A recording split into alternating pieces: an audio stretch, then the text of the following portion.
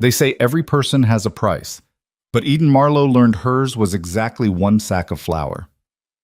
On a scorching August day in 1884, her own father dragged her across the wooden floor of Tully's general store and offered to trade her like livestock. She was 18 years old, and in that moment she learned that to some people she was worth less than grain. But then a quiet rancher stepped through the doorway and changed everything, not by owning her, but by giving her the one thing she'd never had, a choice. Stay with me until the end of this story and comment below what city you're watching from. I want to see how far Eden's journey travels across the world. The August heat in Dry Hollow, Wyoming sat heavy as a wool blanket, thick enough to choke on. Inside Tully's general store, the air smelled of leather, tobacco, and the sour-sweet stench of whiskey that seemed to follow Caleb Marlowe wherever he staggered. Eden stood near the door, her thin dress dusty from the 3-mile walk into town, her hands clasped tight in front of her to stop them from shaking. She shouldn't have come. She'd known that the moment her father had grabbed her wrist that morning and hauled her out of their crumbling cabin. But her mother was sick, had been sick for weeks now, burning with fever, and too weak to even lift her head from the straw mattress. They needed medicine. They needed food. And Caleb Marlowe, drunk as always, had decided his daughter would be the currency he'd use to get them. "Stand up straight," he'd hissed at her as they'd walked the dusty road. "Try to look worth something for once in your miserable life." Now, inside the store, Eden kept her eyes down as her father swayed toward the counter where old Ephraim Tully stood, his weathered face creased with suspicion. Half a dozen townsfolk lingered among the shelves, Mrs. Hewitt examining bolts of fabric, the Miller brothers lounging near the pot-bellied stove, young Thomas Crane pretending to read seed catalogs while stealing glances at the unfolding scene. They all knew Caleb Marlowe. Everyone in Dry Hollow knew him, the worthless drunk who'd let his homestead fall to ruin, who spent every cent on rot-gut whiskey while his wife wasted away and his daughter wore dresses patched so many times they were more thread than fabric. "I need flour," Caleb announced, his words slurring together. "And medicine. Fever tonic, if you got it." Ephraim's jaw tightened. "You got money this time, Caleb? Because your credit ran dry 6 months ago." "I got better than money." Caleb turned and grabbed Eden's arm, yanking her forward so hard she stumbled. Her knees hit the worn floorboards with a painful crack. "I got her." The store went silent. Even the flies seemed to stop buzzing. Eden's face burned with humiliation as she knelt there, her father's fingers digging into her shoulder like talons. She could feel every eye in the room on her, could hear Mrs. Hewitt's sharp intake of breath, could sense the Miller brothers shifting uncomfortably. "Get up," someone whispered. She wasn't sure if it was meant for her or her father. "Caleb," Ephraim's voice was low, warning. "What in God's name do you think you're doing?" "I'm making a trade." Caleb's laugh was wet and ugly. "Fair and square. One girl, 18 years old, strong enough, knows how to cook and clean, for one sack of flour and whatever medicine you can spare. Hell, I'm practically giving her away at that price." Eden closed her eyes. She wanted to disappear, wanted the floor to open up and swallow her whole.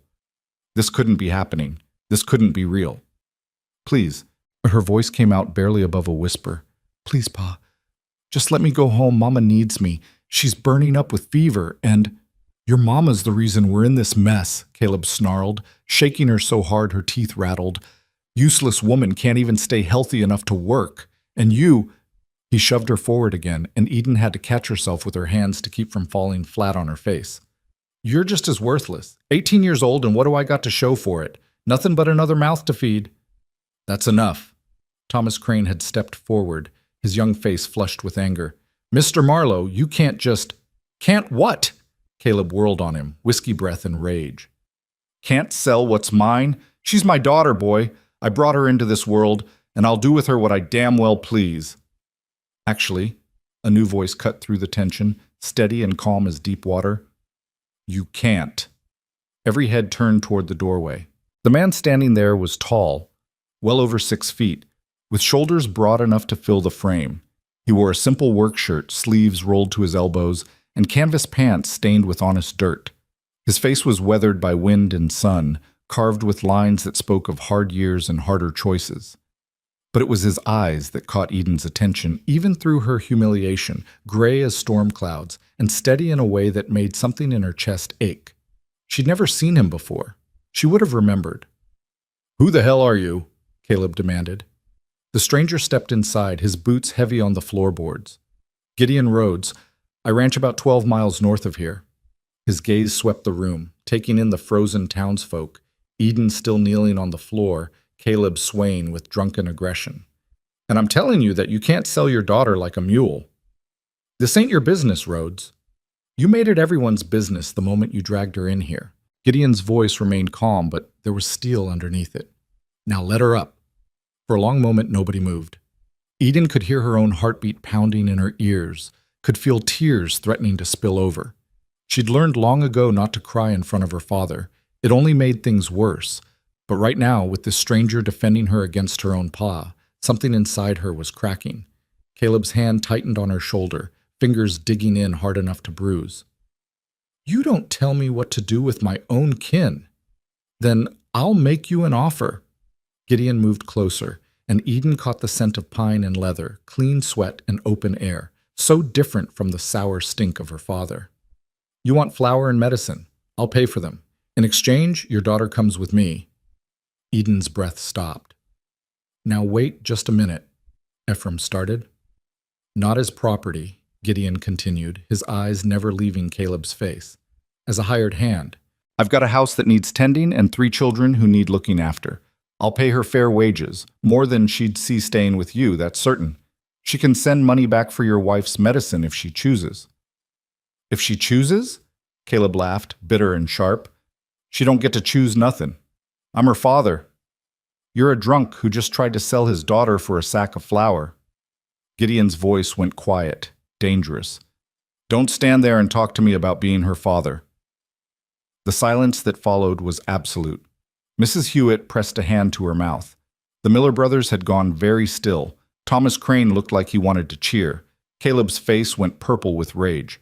"You self-righteous son of a—" "Here's how this works." Gideon cut him off, reaching into his pocket and pulling out a worn leather wallet. "I'm going to pay Ephraim for 1 50-pound sack of flour and 2 bottles of fever tonic. Then I'm going to walk out of here. And your daughter's going to decide for herself whether she comes with me or stays with you." He counted out bills onto the counter, more money than Eden had seen in months. Ephraim took them with shaking hands, his face caught between relief and uncertainty. "Get the flour and medicine," Gideon told him quietly. As Ephraim moved toward the back of the store, Caleb finally released Eden's shoulder. She slumped forward, catching herself on shaking arms. Her father's voice dropped to a hiss, meant only for her ears. "You walk out of here with him, girl, and you're dead to me. You hear? Dead. Don't you ever come back." Eden looked up at him, this man who was supposed to protect her, supposed to love her. His eyes were bloodshot and mean, his mouth twisted with cruelty. And she realized, with a clarity that was almost painful, that he'd never loved her at all. Maybe he'd never been capable of it. "Mama," she whispered, "I can't leave Mama alone with you." "Your mama's dying anyway," Caleb spat. "Ain't nothing you can do about that." The words hit her like a physical blow. Eden's vision swam with tears she refused to let fall. Ephraim returned with the flour sack over his shoulder and 2 brown bottles clinking in his other hand. He set them on the counter carefully, his eyes full of something that might have been pity. Gideon picked up the medicine first, examined the labels, then held them out. Not to Caleb, to Eden. "These are for your mother," he said gently. "Whether you come with me or not, these are yours to take to her." Eden stared at the bottles. Her hands trembled as she reached up and took them, the glass cool and solid against her palms. Real. This was real. Her voice cracked. "I need to take these to her, please. She's so sick, and I'm all she has, and I can't just—" "Where's your homestead?" Gideon asked. 3 miles south. The old Pritchard place, past where the creek bends." "But sir, I don't have money to pay you back for this, and Pa already owes—" "Consider it a gift." Gideon hoisted the flour sack easily onto his own shoulder. "I'll drive you home. You can tend to your mother, make sure she's settled with the medicine. Then you can decide what you want to do." "She don't get to decide," Caleb snarled. But there was desperation creeping into his voice now. He'd lost control of the situation, and he knew it. "She's my daughter, and she's staying with—" "If you follow us," Gideon said very quietly, "I will have every man in this store testify to what happened here today. You tried to sell your daughter, Marlo.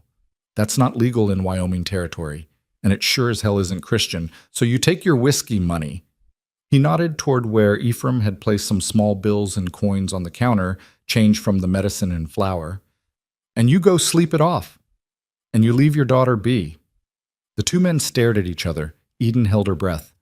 Finally, Caleb grabbed the money and shoved it into his pocket. "Fine, take her. She's worthless anyway. Just another burden. See how long you last before you regret sticking your nose where it don't belong." He stormed toward the door, shoving past Gideon hard enough that any other man might have stumbled. But Gideon stood solid as an oak, barely swaying. The door slammed behind Caleb, and through the window Eden watched her father stagger toward the saloon across the dusty street. The store remained frozen in tableau. Mrs. Hewitt looked like she might cry. Thomas Crane was gripping a seed catalog so hard it was crumpling in his hands. "Miss Marlowe," Gideon's voice was gentle. "Can you stand?" Eden realized she was still on her knees. Shame flooded through her again. She must look like a beggar, like something broken and pathetic. But when she tried to push herself up, her legs wouldn't cooperate. They'd gone numb from kneeling so long, and her whole body was shaking with shock and humiliation and fear. Without a word, Gideon set down the flour sack and extended his hand. Eden stared at it. His palm was calloused, scarred along the knuckles from honest work. Strong, steady. She placed her hand in his. His grip was warm and firm as he helped her to her feet, his other hand coming to her elbow to steady her when she swayed. He didn't grab, didn't pull, didn't hurt. He just helped. "Take a breath," he said quietly. "You're all right now." But she wasn't all right. Nothing was all right. Her father had just tried to trade her for flour in front of half the town. Her mother was dying, and this stranger, this man she'd never met, had just paid for her like she was something to be bought and sold, even if he claimed that wasn't his intention. "I don't understand," she whispered. "Why would you do this?" Gideon's expression was hard to read. "Because somebody needed to, and I was here. But you don't know me. You don't know anything about me." "I know enough." He picked up the flour sack again, settling it on his shoulder with ease. "I know that no woman should be treated the way your father just treated you.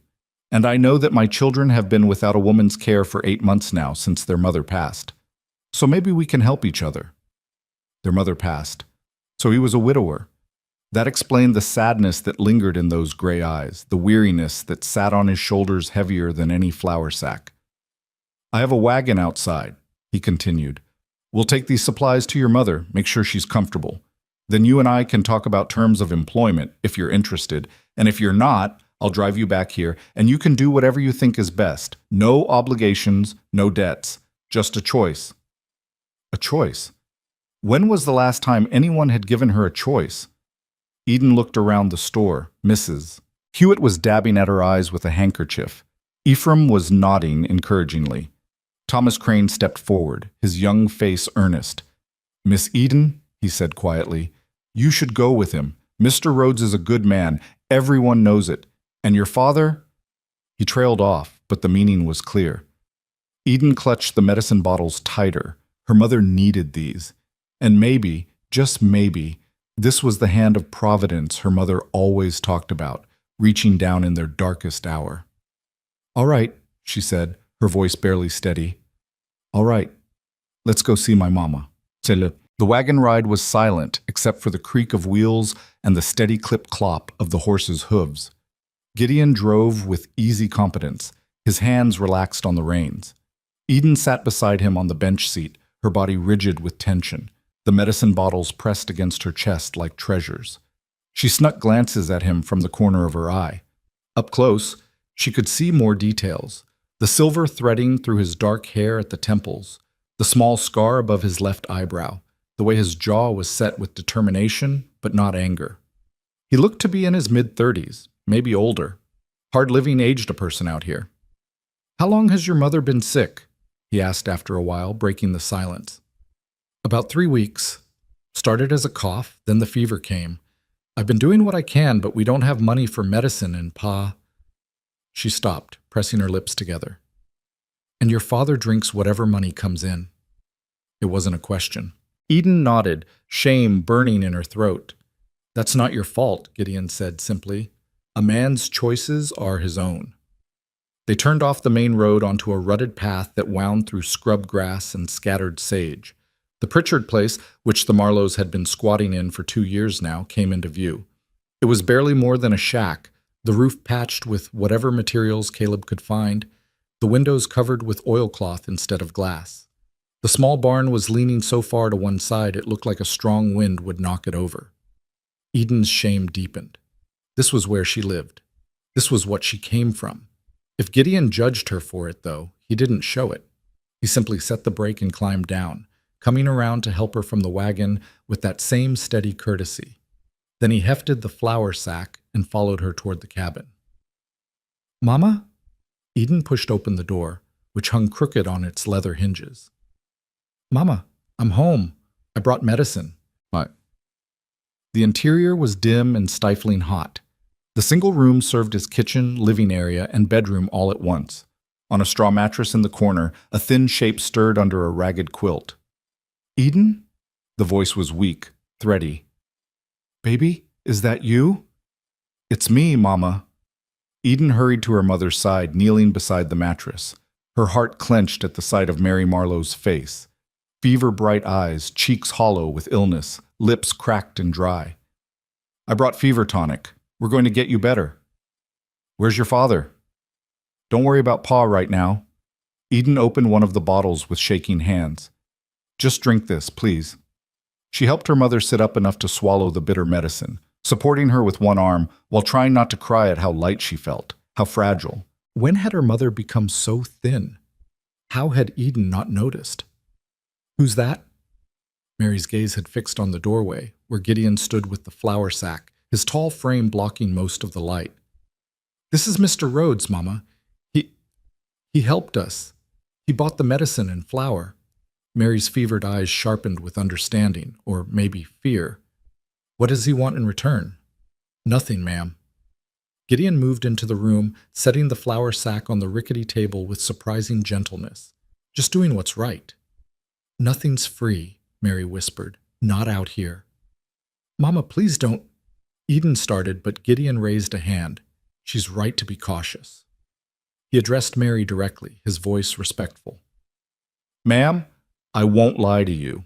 I did make your daughter an offer to come work for me as a housekeeper and to help with my children. Fair wages, her own room, meals provided, but it's her choice whether to accept. No strings, no obligations beyond honest work for honest pay." Mary studied him for a long moment, her breath rattling in her chest. Then she reached out with a trembling hand and gripped Eden's wrist. "Is he telling the truth?" she whispered. "Did your father—" Eden couldn't speak. She just nodded. Her mother's face crumpled. "Oh, baby. Oh, Eden, I'm so sorry. I'm so sorry I've been too weak to protect you from him. I'm so sorry for everything." "Mama, no, this isn't your fault. None of this is your fault. Go with him." Mary squeezed her wrist with what little strength she had. "Go with this man. Get away from your father before he destroys you too." "But you need me." "Who's going to take care of you?" "I'm dying, Eden." Her mother said it matter-of-factly, without drama. "We both know it. I'm not getting better. And I won't have you waste your life watching me fade away in this godforsaken place. I won't." "Mama, listen to me." Mary pulled her closer, and Eden could smell the sickness on her, sour and wrong. "You're 18 years old. You're smart and strong and good. You deserve a life. You deserve to be somewhere safe, somewhere you're valued. Promise me you'll go." Tears were streaming down Eden's face now. "I can't leave you with him. Mama, please, I can't." "Mrs. Marlowe." Gideon spoke from near the table, where he'd been standing quietly. "I live about 3 hours' ride from here. Your daughter would be welcome to visit whenever she likes. Or if you want, once you're stronger, you could come stay with us too. I've got room." Mary's laugh was weak but genuine. "That's kind of you to say, sir, But we both know I'm not getting stronger. She cupped Eden's face with a shaking hand. Go, baby. Live, for both of us. Eden pressed her forehead to her mother's, breathing in the scent of her, soap and sickness and the lavender she used to grow back when they had a real home, a real life, before everything fell apart. I love you, she whispered. I love you so much, Mama. Miss, I love you too, my sweet girl. Now go, before your father comes back. It took Eden 20 minutes to gather her belongings, which wasn't long because she barely had any. 2 dresses, one of them so patched it was more repair than original fabric. A hairbrush with half the bristles missing. A small Bible her mother had given her for her 10th birthday, its pages soft from reading. A tin cup. A shawl. Everything she owned fit into a single worn canvas bag. She changed into her better dress, the one with only a few patches, and tried to do something with her hair, which hung in a tangled brown braid down her back. Her reflection in the broken mirror over the wash basin showed a thin girl with frightened eyes and sunburned cheeks. Nothing special, nothing worth much of anything. Worthless, her father's voice echoed, just another burden. Eden closed her eyes and took a breath. Then she picked up her bag and walked back to her mother's bedside. Mary was sleeping now, the medicine already working to dull the fever's edge. Eden kissed her forehead gently, memorizing the feel of her mother's skin, the sound of her breathing. I'll come back, she promised softly. I'll come back as soon as I can. And I'll send money for more medicine. I promise, Mama. I promise. But Mary didn't stir, lost already in fever dreams. Gideon was waiting outside by the wagon. He'd refilled the water barrel and apparently checked on the few scraggly chickens scratching in the dirt. When he saw Eden emerge with her bag, he simply nodded and took it from her, placing it carefully in the wagon bed. Ready? He asked. Eden looked back at the leaning shack that had been her prison for 2 years. Somewhere in town, her father was probably drowning himself in whiskey, cursing her name. Her mother was inside, dying by inches. Yes, she said, and her voice only shook a little. I'm ready. Bus. They drove north as the sun climbed higher, turning the Wyoming landscape into wavering shades of gold and brown. Gideon didn't push conversation, and Eden was grateful. She stared at the horizon and tried to process everything that had happened in the span of a single morning. Her father had tried to sell her. This stranger had stopped him. Now she was riding to a new life, or at least a new situation, with no idea what awaited her. The children, she finally said, breaking the silence. You said there were 3? Yes, ma'am. Luke's 12, Eli's 8, and Sarah just turned 5 last month. And their mother? Catherine. His jaw tightened slightly. She died in February. Complications from childbirth. The baby didn't make it either. I'm sorry. So am I. He was quiet for a moment. They've been managing without her, but it's been hard. Luke tries to act like a man grown. Eli's gone quiet as a church mouse, and Sarah, he exhaled slowly. Sarah still sets a place at the table for her sometimes, forgets her mother's not coming back. Eden's heart ached. That's a lot for them to carry. It is, and I haven't been as present as I should be.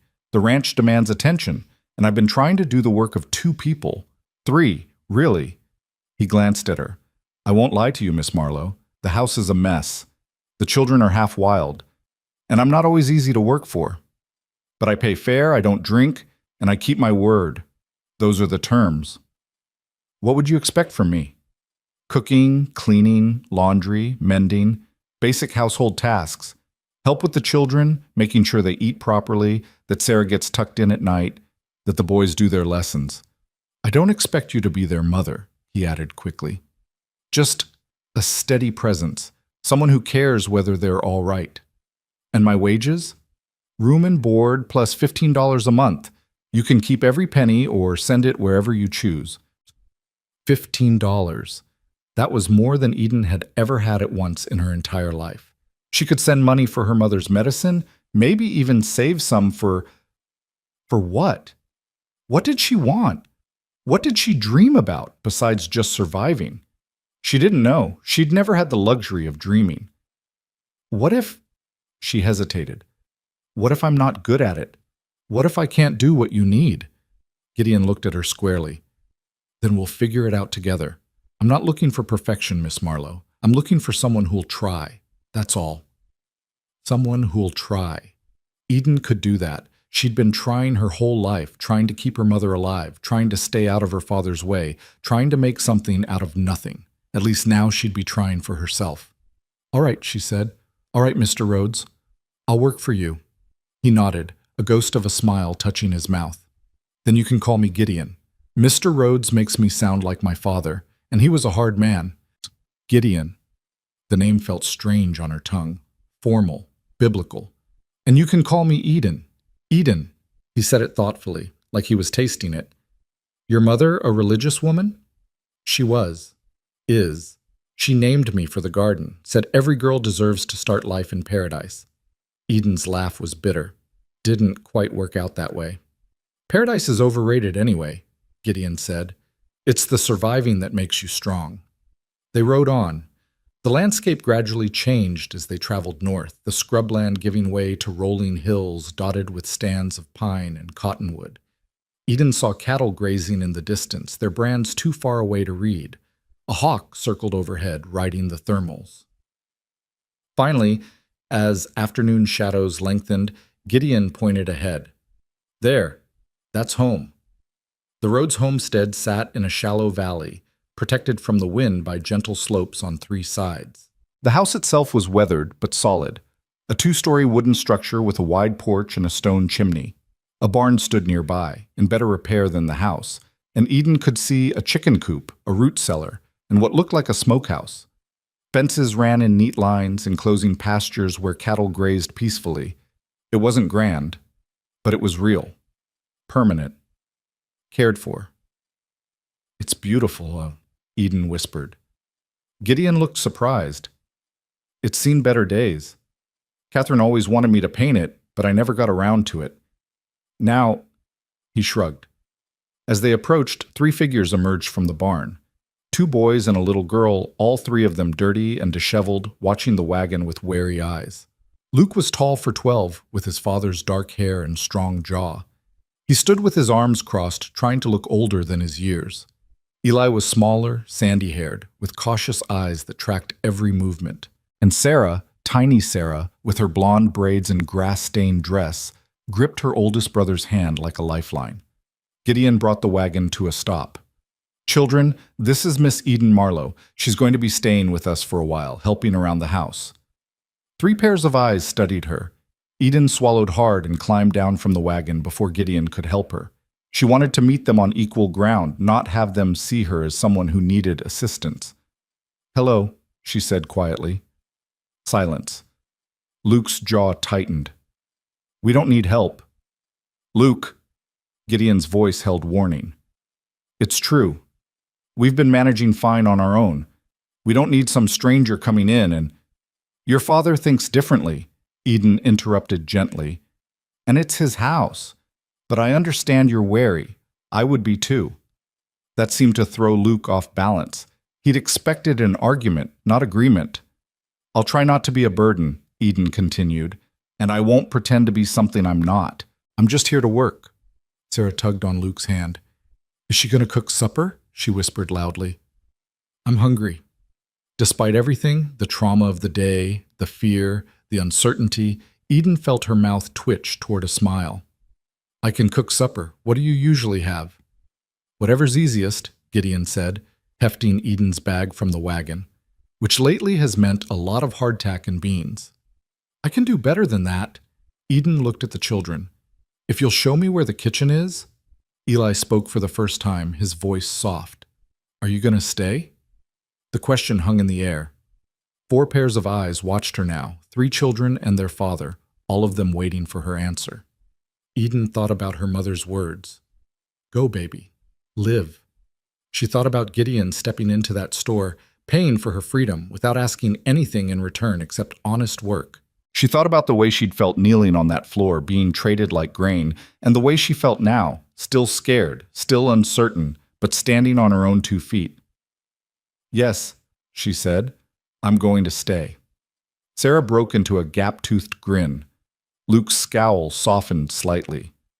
Eli just nodded, like he'd expected it.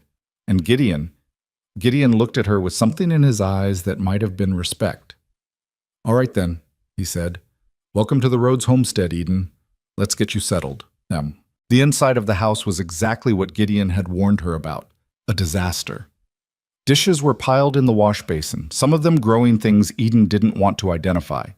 Clothes were scattered across every surface. The floor was tracked with mud and straw. The curtains hung crooked on their rods, and dust covered everything like a shroud. But underneath the mess, Eden could see potential.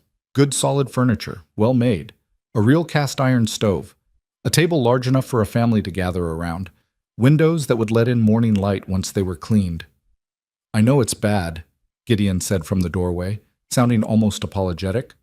I've been focused on keeping the ranch running, and the children. It's fine. Eden set down her bag and rolled up her sleeves. It just needs attention, that's all. Luke snorted. Good luck. Eden looked at him. I'll need help. If you want supper tonight, that is. We know how to make our own supper. I'm sure you do. But if we work together, it'll be better and faster. She turned to Eli. Can you show me where you keep the broom? The younger boy hesitated, then nodded, and disappeared toward what Eden assumed was a closet. Sarah, Eden continued, do you know where your father keeps the clean linens? In Mama's chest, Sarah said. Then her face fell. But we're not supposed to touch Mama's things. Gideon cleared his throat. It's all right, sweetheart. Miss Eden will need sheets and blankets for her room. You can show her. As the children scattered to their tasks, Eden caught Gideon watching her with an unreadable expression. What? She asked. Nothing, just, you're handling this well. I thought you might be overwhelmed. I've been overwhelmed before, Eden said simply. This is just a different kind of mess. She started with the dishes, heating water on the stove and scrubbing each plate and cup until it shone. Luke watched her with undisguised suspicion, but when she handed him a drying cloth without comment, he took it. They worked in silence, falling into an easy rhythm. Eli returned with the broom and began sweeping without being asked.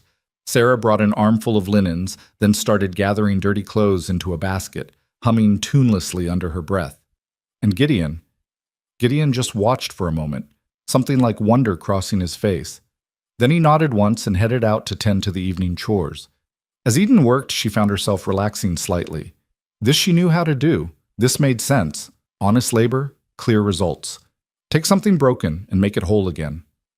By the time the sun started its descent toward the horizon, the kitchen was clean, the table was set, and Eden had managed to make a proper meal from the supplies she'd found in the root cellar: fried salt pork, pan biscuits, and stewed carrots with a little precious sugar for sweetness.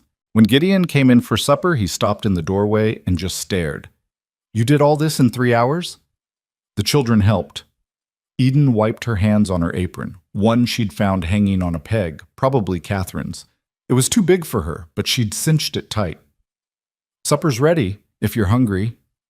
They gathered around the table, Gideon at the head, Luke and Eli on one side, Sarah and Eden on the other. Sarah insisted on setting that extra place, and nobody said anything when she whispered, "Hi, Mama," to the empty chair. Eden watched as Gideon said a simple blessing, then served the children before himself. Good manners. Her father had never bothered with such things. The first bite of biscuit made Luke's eyes widen. Eli made a small sound of pleasure. Sarah kicked her feet happily under the table. This is good, Luke said, like the admission was being dragged from him. Really good. Thank you. Our mother used to make biscuits on Sundays, Eli said softly. Yours taste almost like hers. The table went quiet. Eden's throat tightened with sympathy. I'm not trying to replace your mother, she said gently. I want you to know that, but I'm glad you like the biscuits. Gideon caught her eye across the table and nodded slightly. A silent thank you. They ate in relative peace, passing dishes and refilling cups. It was strange and comfortable all at once, like Eden was watching someone else's life, someone who belonged in a warm house with a family around a table, someone who mattered. After supper, she shooed the children off to wash up while she cleaned the dishes. This time, Luke helped without being asked. As they worked, he spoke quietly. Why'd you really come here? Eden considered lying, making up something noble or impressive. But this boy had lost his mother 8 months ago. He deserved the truth. My father tried to trade me for a sack of flour, she said simply. Your father stopped him. Luke's hand stilled on the plate he was drying. He tried to sell you? Yes. That's... He struggled for words. That's awful. It was. But your father gave me a choice, to come here and work, or to stay. I chose to come here. Why? Because, Eden said quietly, I wanted to be somewhere I might be worth more than a bag of flour. Luke was quiet for a long moment. Then, awkwardly, he said, I'm glad you came. Sarah needs someone. She's been sad for a long time. What about you? Have you been sad? He stiffened. I'm fine. All right. Eden didn't push. But if you're not fine sometime, that's all right too. He looked at her like she'd said something shocking. Then he hung up the drying cloth and walked away without another word. Later, after the children were in bed, Luke in the loft, Eli and Sarah sharing a small bedroom upstairs, Gideon showed Eden to her room.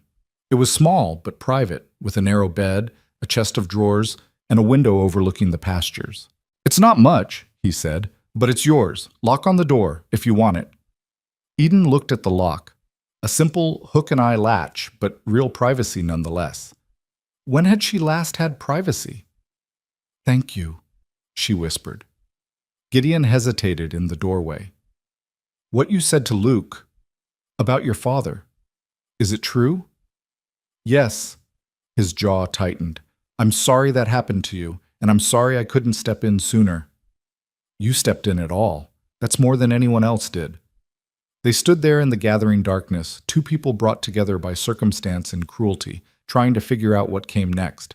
Finally, Gideon said, Get some rest. Tomorrow will come early. But after he left, Eden didn't sleep. She sat on the edge of the bed, staring out the window at the stars emerging over the Wyoming hills. And for the first time since her father had dragged her into that store, she let herself cry, not from fear or shame, but from something that felt almost like hope. She'd survived today. She'd made it to the other side. And tomorrow she'd wake up in a house where no one thought she was worthless. It wasn't paradise, but it was hers.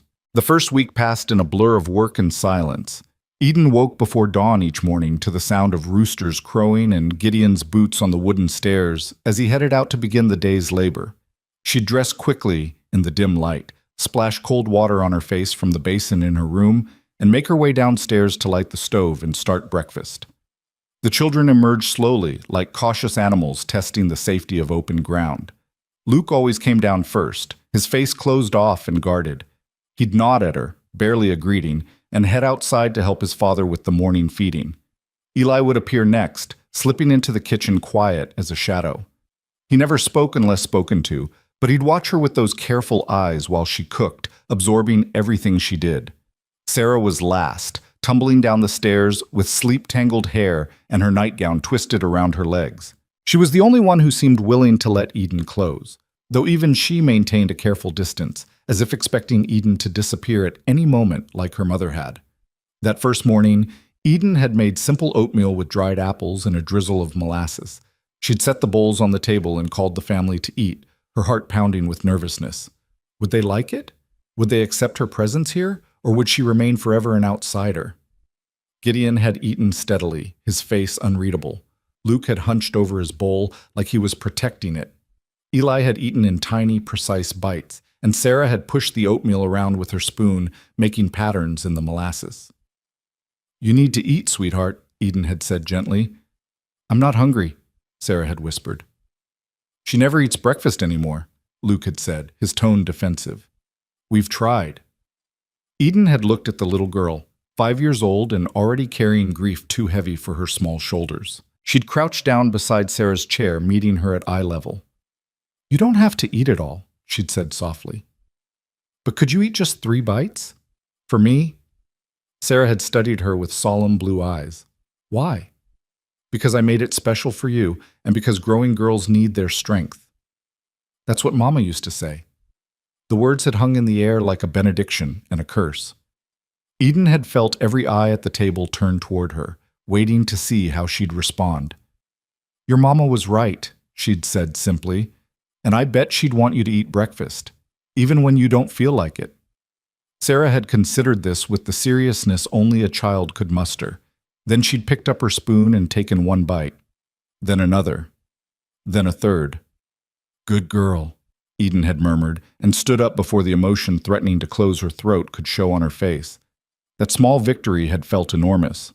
By the third day, Sarah had started lingering in the kitchen after breakfast, watching Eden work. She didn't talk much, but her presence was a start.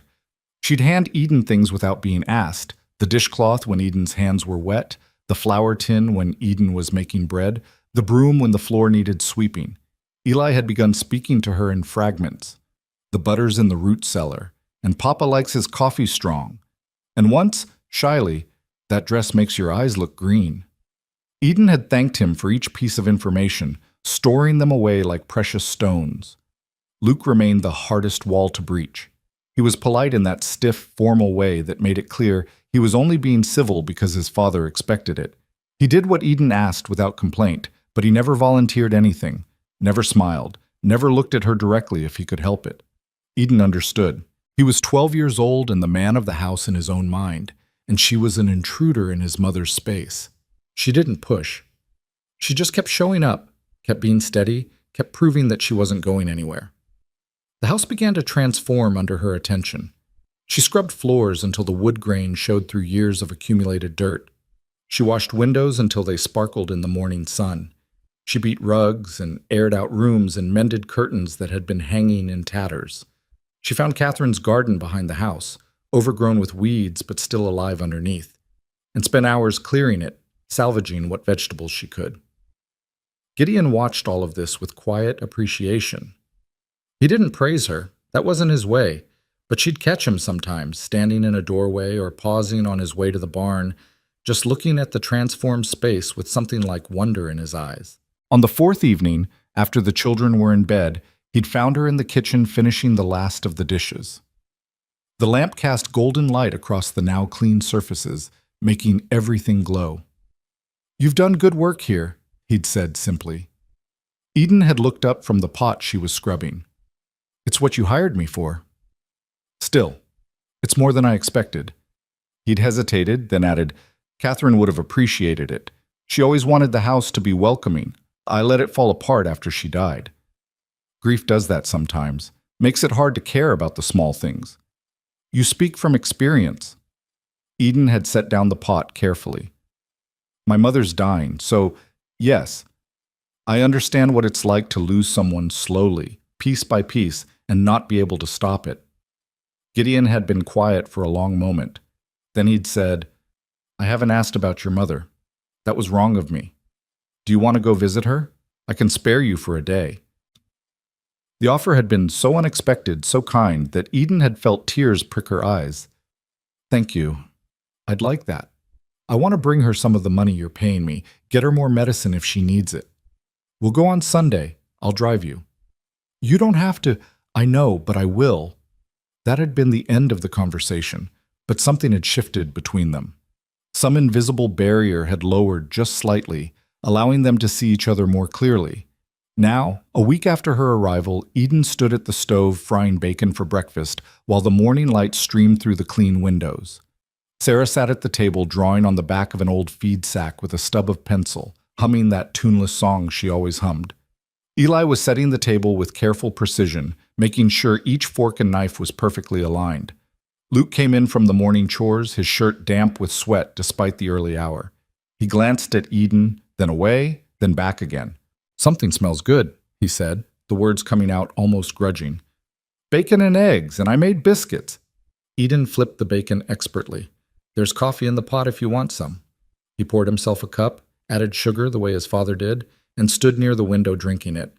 After a moment, he said, "The garden's looking better."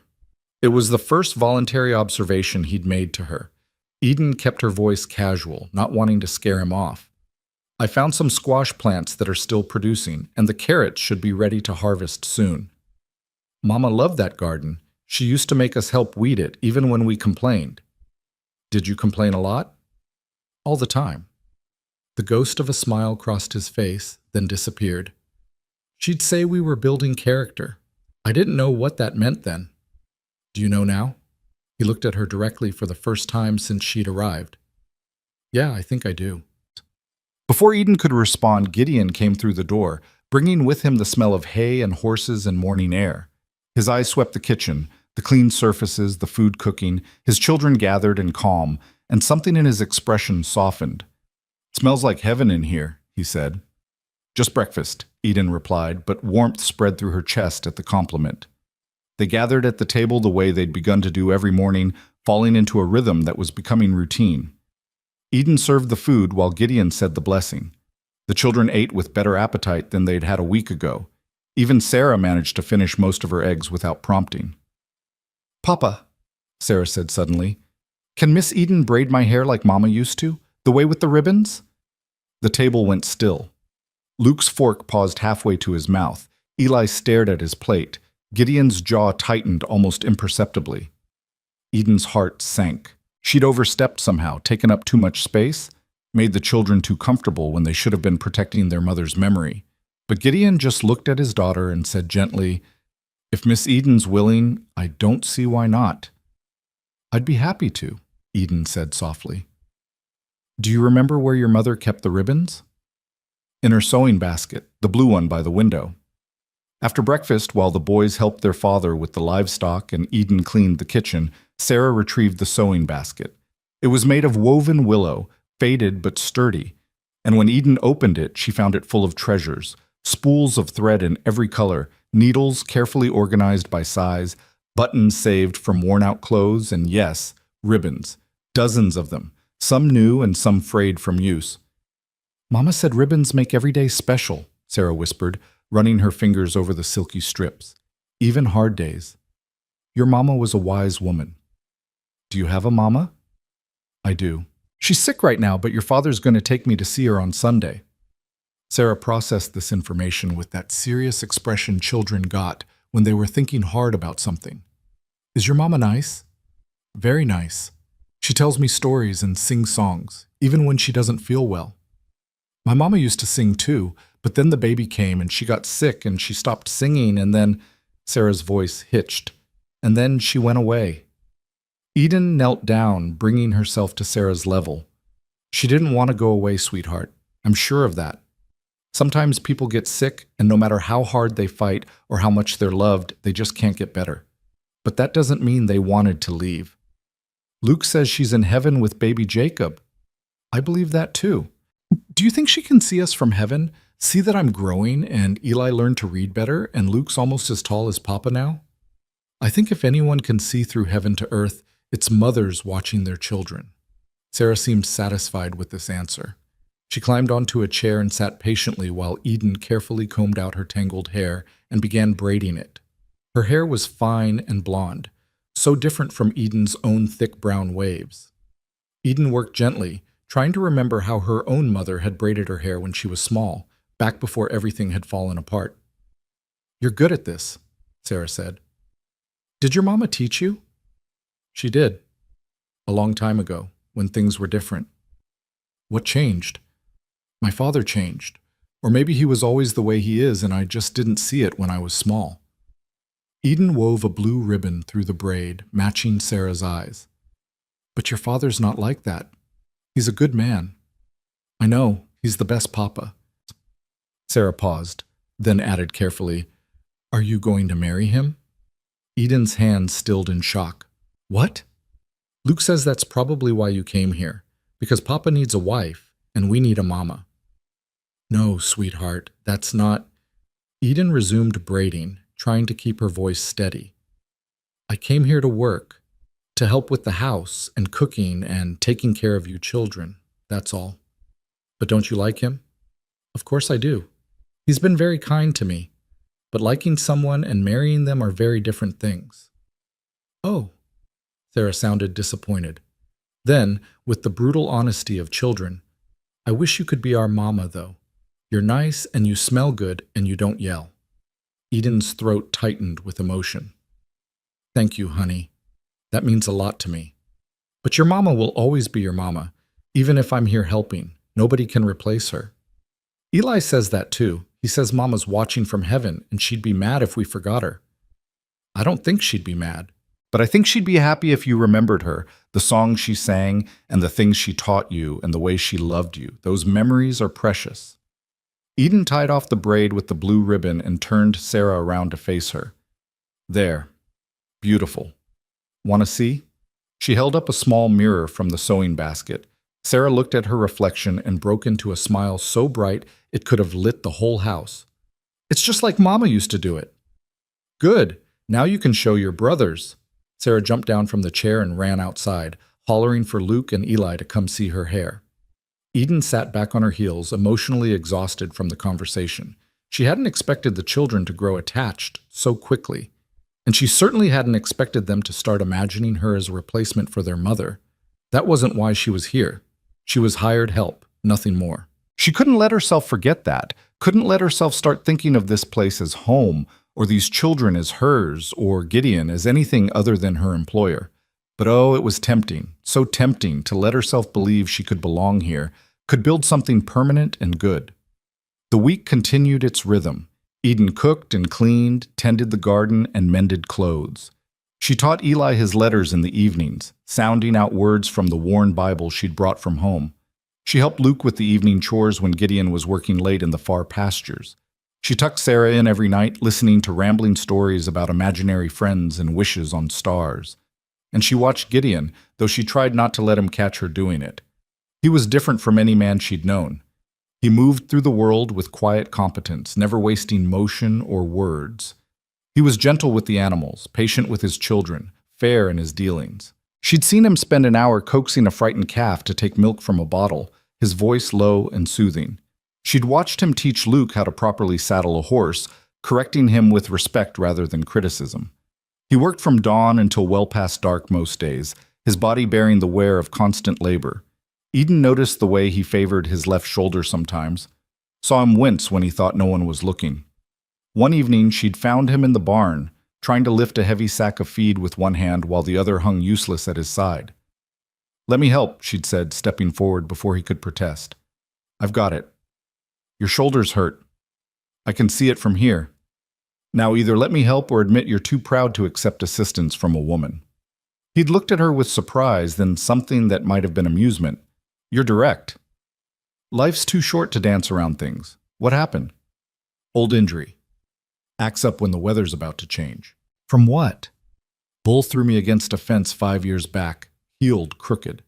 He'd finally let her take part of the weight, and together they'd moved the feed sack. "Catherine used to make me poultices for it. Comfrey and arnica, I think. I can make those. My mother taught me about herbs. You don't have to." "I know I don't have to, but I'm offering anyway. Unless you'd rather keep suffering in noble silence." That had gotten an actual smile from him, small and fleeting, but real. "You've got a sharp tongue when you want to, don't you?" "Only when dealing with stubborn men." "Fair enough. I'd appreciate the poultice." She'd made it that night, grinding the dried herbs she'd found growing wild near the creek, mixing them with hot water to form a paste. Gideon had sat at the kitchen table after the children were asleep, his shirt removed so she could apply the mixture to his shoulder. Eden had tried to keep her hands clinical, professional, but she couldn't help noticing the strength in his frame, the scars that marked his skin, a map of a hard life lived. "Catherine used to say I was too stubborn for my own good," he'd said quietly as she worked. "Was she right?" "Usually. She was usually right about most things." He'd been quiet for a moment. "Thank you for this, and for everything else you've been doing. The house feels alive again. I didn't realize how dead it had gotten." "You were grieving. You're still grieving. The children need more than a grieving father, though. They need stability, normal life. You've given them that. They're good children. They make it easy. They're warming up to you, even Luke, though he'd never admit it." Eden had finished applying the poultice and stepped back. "He's protective. Of you, of their mother's memory. That's not a bad thing." "No, but it must be hard being viewed with suspicion." "I've dealt with worse." Their eyes had met, and in that moment, Eden had felt something shift, some connection that went beyond employer and employee, beyond shared space and circumstance, something that frightened her with its intensity. "I should let you rest," she'd said, breaking eye contact and moving quickly to clean up the herbs. Eden. He'd said her name softly, and she'd frozen. You're safe here. I want you to know that. For as long as you want to stay, you have a place. She'd nodded, not trusting her voice, and fled to her room before she could do something foolish like cry, or thank him too effusively, or admit that she was starting to think of this place as home. Sunday came with clear skies and cool wind. Gideon hitched the wagon early, and after breakfast, he and Eden set out for the Marlowe homestead. The children stayed behind. Luke was old enough to watch his siblings for a few hours, and Eden thought it best not to expose them to whatever they might find at her father's place. The ride was quieter than their first journey together. Eden clutched the small bundle of money she'd saved from her first week's wages. Not much, but enough for more medicine and maybe some decent food for her mother. Her stomach churned with anxiety. What would they find? Would her mother be better or worse? Would her father be there, drunk and mean? You're worried, Gideon observed. Wouldn't you be? Yes, but your mother's stronger than you think. She raised you, didn't she? That takes strength. She deserves better than what life gave her. Most people do. As they approached the leaning shack, Eden's anxiety spiked. The place looked even more desolate than she remembered, like it was actively surrendering to entropy, giving up its fight against wind and time. I'll come with you, Gideon said, setting the brake. You don't have to. I know, but I will anyway. They approached the door together. Eden knocked softly, then pushed it open when there was no answer. The interior was dim and stifling, and for one terrible moment she thought they'd come too late, that her mother was... Eden? The voice was weak but unmistakably alive. Baby, is that you? Relief flooded through her. Yes, Mama. I'm here. Mary Marlowe was still in bed, still thin and pale, but her eyes were clearer than they'd been a week ago. The fever had broken, though Eden could see the illness had taken its toll. Her mother looked older, more fragile, like she was made of paper that might tear at any moment. You came back, Mary whispered. I thought maybe you'd be smart and stay away. Of course I came back. Eden knelt beside the mattress and took her mother's hand. How are you feeling? Better. The medicine helped, though your father wasn't happy about me using it, said I was wasting his investment. Eden's jaw tightened. Where is he? Town, probably, or passed out in the barn. I don't keep track anymore. Mary's gaze moved past Eden to where Gideon stood in the doorway. Mr. Rhodes, you're still here. Still here, ma'am? How's the fever? Gone, mostly. Still weak as a kitten, but alive. She squeezed Eden's hand. Tell me about this past week. Are you all right? Has he treated you well? More than well, Mama. The house is good. The children are sweet. And Mr. Rhodes is... Eden paused, searching for the right words. He's a good man, an honest man. I can see that. Mary studied Gideon with sharp eyes despite her weakness. You're a widower, aren't you? I can see it in the way you stand, like you're carrying something heavy. Yes, ma'am. Lost my wife in February. I'm sorry. That's a hard weight to bear. She turned back to Eden. But you're happy there? Truly? Truly. For the first time in years, I feel... Eden struggled to articulate it. I feel like I matter. Like what I do makes a difference. Tears slipped down Mary's thin cheeks. That's all I ever wanted for you. To know your worth. Eden pulled out the small bundle of money. I brought this. For more medicine, for food. I'll bring more next week if I can. No. Mary pushed the money back. You keep it. Save it for yourself. Mama, please. Eden Rose Marlowe, you listen to me. Despite her weakness, Mary's voice held authority. I'm dying. We both know it. That medicine bought me a little time, but not much. I don't want you spending your hard-earned money on a losing battle. Don't say that. It's the truth, and truth matters. Mary cupped Eden's face with a trembling hand. What matters now is that you build a life, a real life, somewhere safe. Promise me you'll do that. Promise me you won't come back here after I'm gone. Mama, promise me. Mary's grip tightened with surprising strength. Your father will drag you down with him if you let him. He'll take everything you have and leave you with nothing but bitterness. Don't let him do that. Don't let him win." Eden couldn't speak past the tears clogging her throat. She just nodded, and her mother relaxed back against the thin pillow. "Good girl, my good, brave girl." Mary looked at Gideon again. "Take care of her, Mr. Rhodes. She's stronger than she knows, but she's been hurt. Be patient with her." "I intend to, ma'am." They stayed for another hour, during which Eden cleaned her mother's small space, brought fresh water, and left the money despite Mary's protests, hidden under the mattress where her father wouldn't immediately find it. She told her mother stories about Sarah's drawings and Eli's reading lessons and Luke's slow thaw. She made her mother laugh with descriptions of the household disasters she'd navigated: bread that wouldn't rise, a chicken that had gotten into the kitchen, Sarah's attempt to help wash dishes that had resulted in more water on the floor than in the basin. When it was time to leave, Eden held her mother for a long moment, memorizing the feel of her arms, the scent of her skin, the sound of her heartbeat. "I love you, Mama." "I love you too, baby, more than all the stars in the sky. Now go. Go build that life. Be happy. That's all I want." The ride back to the Rhodes homestead was silent except for Eden's quiet crying. She tried to hide it, turning her face away and wiping at her tears with her sleeve, but Gideon knew. After a while, he simply handed her a clean handkerchief without comment. "She's going to die," Eden said finally, her voice raw. "Soon, I think. And I can't stop it." "No, you can't. I should stay with her. I should be there when—" "Eden," Gideon's voice was gentle but firm. "What did your mother ask you to do? To build a life. To be happy. Then honor her wishes. The best way you can love her now is to do what she wants, to live well, to be safe. That's the gift you can give her."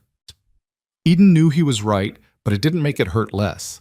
They rode on as the sun climbed higher, and by the time the Rhodes homestead came into view, Eden had cried herself dry. She felt hollowed out, exhausted, but also somehow lighter, like she'd been given permission to let go of a burden she'd been carrying for so long she'd forgotten it wasn't part of her.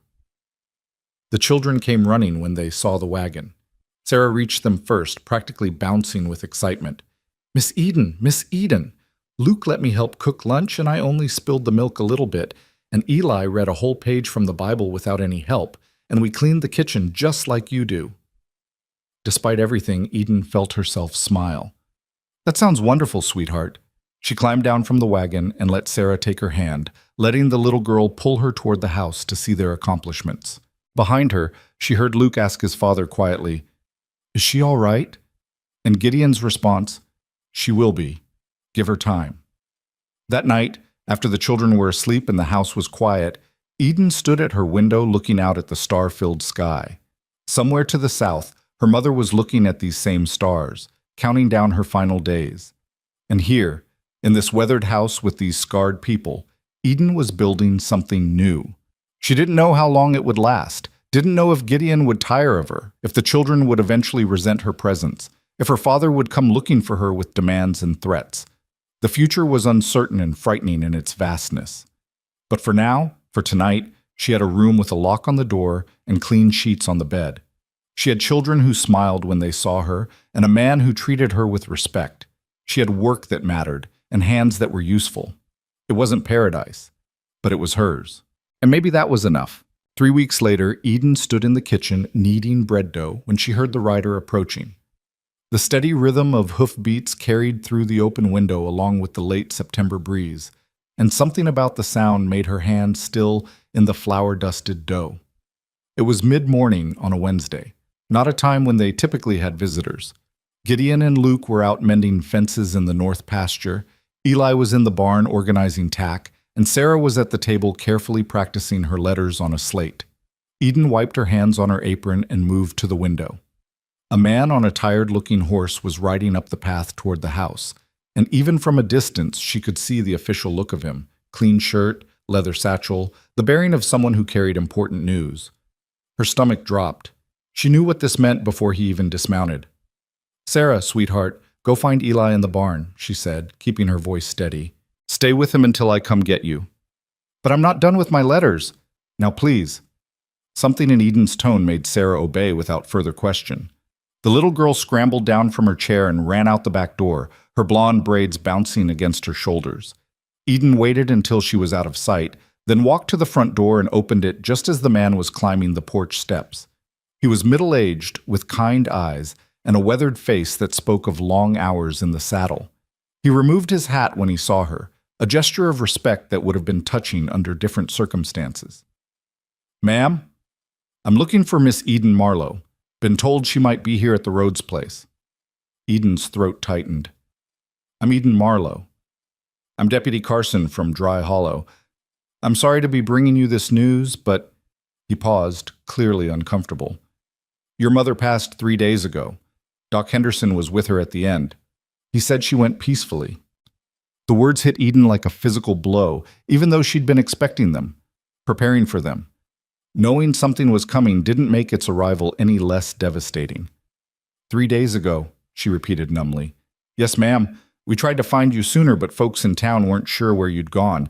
It was old Ephraim Tully who remembered Mr. Rhodes bringing you here." Deputy Carson shifted his weight, clearly wishing he was anywhere else. "There's the matter of burial. Your father, well, he hasn't made any arrangements. Been on a 3-day drunk since your mother passed, from what I hear." Of course he had. Eden closed her eyes briefly, fighting the wave of grief and rage that threatened to overwhelm her. Her mother had died alone, and her father had gone looking for the bottom of a whiskey bottle. "I'll make the arrangements," she said, her voice coming from somewhere far away. When is the burial?" "That's for you to decide, ma'am. Doc Henderson has the body at his place, keeping her as best he can. But in this heat—" He trailed off delicately. "Tomorrow," Eden said. "Can it be tomorrow?" "I'll let Doc know. Dry Hollow Cemetery, I assume?" She nodded, not trusting her voice. The deputy put his hat back on and turned to leave, then paused. "For what it's worth, Miss Marlowe, your mother was a good woman. Folks in town knew it, even if they didn't always show it. She deserved better than she got." "Yes," Eden whispered. "She did." She stood on the porch long after the deputy had ridden away, staring at nothing, feeling nothing. She should cry. She knew she should cry. But the tears wouldn't come. There was just this vast emptiness inside her, like someone had scooped out everything that made her human and left behind a hollow shell. "Eden?" She turned to find Gideon standing at the bottom of the porch steps, his face creased with concern. He must have seen the deputy from the pasture and come to investigate. Luke stood behind him, tall and uncertain. "My mother died," she said, and her voice sounded strange to her own ears, flat, distant. 3 days ago. I need to go to Dry Hollow tomorrow for the burial." Gideon climbed the steps and stood beside her. He didn't touch her, didn't offer empty platitudes. He just stood there, solid and present, and somehow that was exactly what she needed. "We'll all go," he said simply, "as a family." "You don't have to—" "Yes, we do." His voice was gentle but firm. No one should bury their mother alone. That's when the tears finally came. The next morning dawned gray and cold, as if the sky itself was mourning. Eden dressed in her only black dress, a threadbare thing she'd brought from home, and braided her hair with shaking hands. She looked at herself in the small mirror over her wash basin and barely recognized the pale, hollow-eyed woman staring back. The children were subdued at breakfast. Even Sarah seemed to understand the gravity of the day, eating her oatmeal in silence instead of chattering as she usually did. Eli kept glancing at Eden with worried eyes. Luke had stood outside her door that morning and said gruffly, "I'm sorry about your ma," before fleeing back to his chores. Gideon had the wagon ready by the time the sun cleared the horizon. He'd hitched their best horses and laid clean blankets on the bench seats. The children climbed into the back without being asked, sitting close together like they drew strength from proximity. The ride to Dry Hollow took 3 hours. No one spoke much. Eden stared at the landscape rolling past, the same hills and scrub grass she'd looked at the day Gideon had first brought her to his home.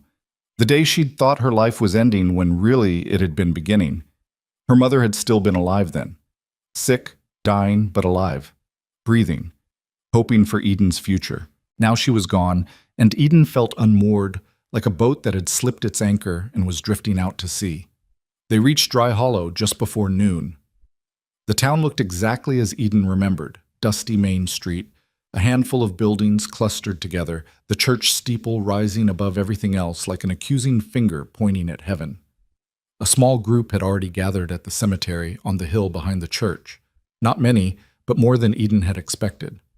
She recognized Doc Henderson, Ephraim Tully and his wife, young Thomas Crane, a few others whose names she'd never learned. What surprised her was seeing women from town. Mrs. Hewitt, who'd been in the store that terrible day, the Miller brothers' mother, even the pastor's wife. They stood in a small cluster dressed in their Sunday blacks, faces somber with genuine sympathy. Gideon helped Eden down from the wagon, his hand steady on her elbow. The children followed, Sarah gripping Eli's hand so tight her knuckles were white. Luke stood close to his father, trying to look grown up and failing. He was still just a boy, Eden realized, no matter how hard he tried to be a man. The grave had already been dug, a dark rectangle in the rocky soil. Beside it sat a simple pine coffin. Doc Henderson approached as they walked up the hill, his expression kind but weary. "Miss Marlowe, I'm sorry for your loss. Your mother was a brave woman." "Thank you for being with her," Eden managed. "I'm glad she wasn't alone. She spoke of you at the end, wanted me to tell you she was proud of the woman you'd become." He paused. "Your father's not here. Thought you should know." Of course he wasn't. Caleb Marlowe wouldn't interrupt his drinking to bury his wife. Eden felt a flash of anger so hot it nearly burned away the grief, but only for a moment. Then the emptiness returned, vast and echoing. The service was brief. The pastor read from Psalms and spoke generically about faith and eternal rest. Eden barely heard him. She stared at the pine box and tried to reconcile the fact that her mother, her vibrant, loving, broken mother, was inside it, still and silent forever. When it came time to lower the coffin into the ground, Gideon and Doc Henderson and Thomas Crane took the ropes. They worked with careful reverence, easing the box down into the earth. The sound of dirt hitting wood was the worst thing Eden had ever heard. People began to drift away after the first shovelful of soil fell. They touched Eden's shoulder as they passed, murmuring condolences she couldn't quite process. Mrs. Hewitt pressed a handkerchief into her hand. Ephraim's wife left a basket of food near the wagon. Finally, only the Rhodes family remained, standing vigil as the grave was filled. Sarah had started crying quietly, and Eli had his arm around her shoulders. Luke stood rigid, staring at the ground, and Eden realized he was crying too. For his own mother, probably. The grief still raw and unhealed. "Do you want to say something?" Gideon asked softly. Sometimes words help. Eden looked at the mound of fresh earth that marked where her mother lay. What could she possibly say that would be adequate? How could she sum up a life, a love, a loss in mere words? But she stepped forward anyway because her mother deserved to be acknowledged, deserved to have her daughter speak truth over her grave. "You taught me what love looks like," Eden said, her voice breaking. "Even when you had nothing else to give, you gave me that. You taught me to be strong when I wanted to break, to hope when everything seemed hopeless, to believe I was worth more than the price other people put on me."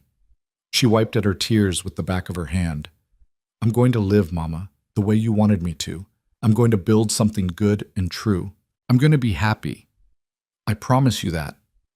The wind picked up, rustling through the dry grass, and Eden chose to believe it was her mother's way of saying she'd heard. They were loading back into the wagon when the trouble came.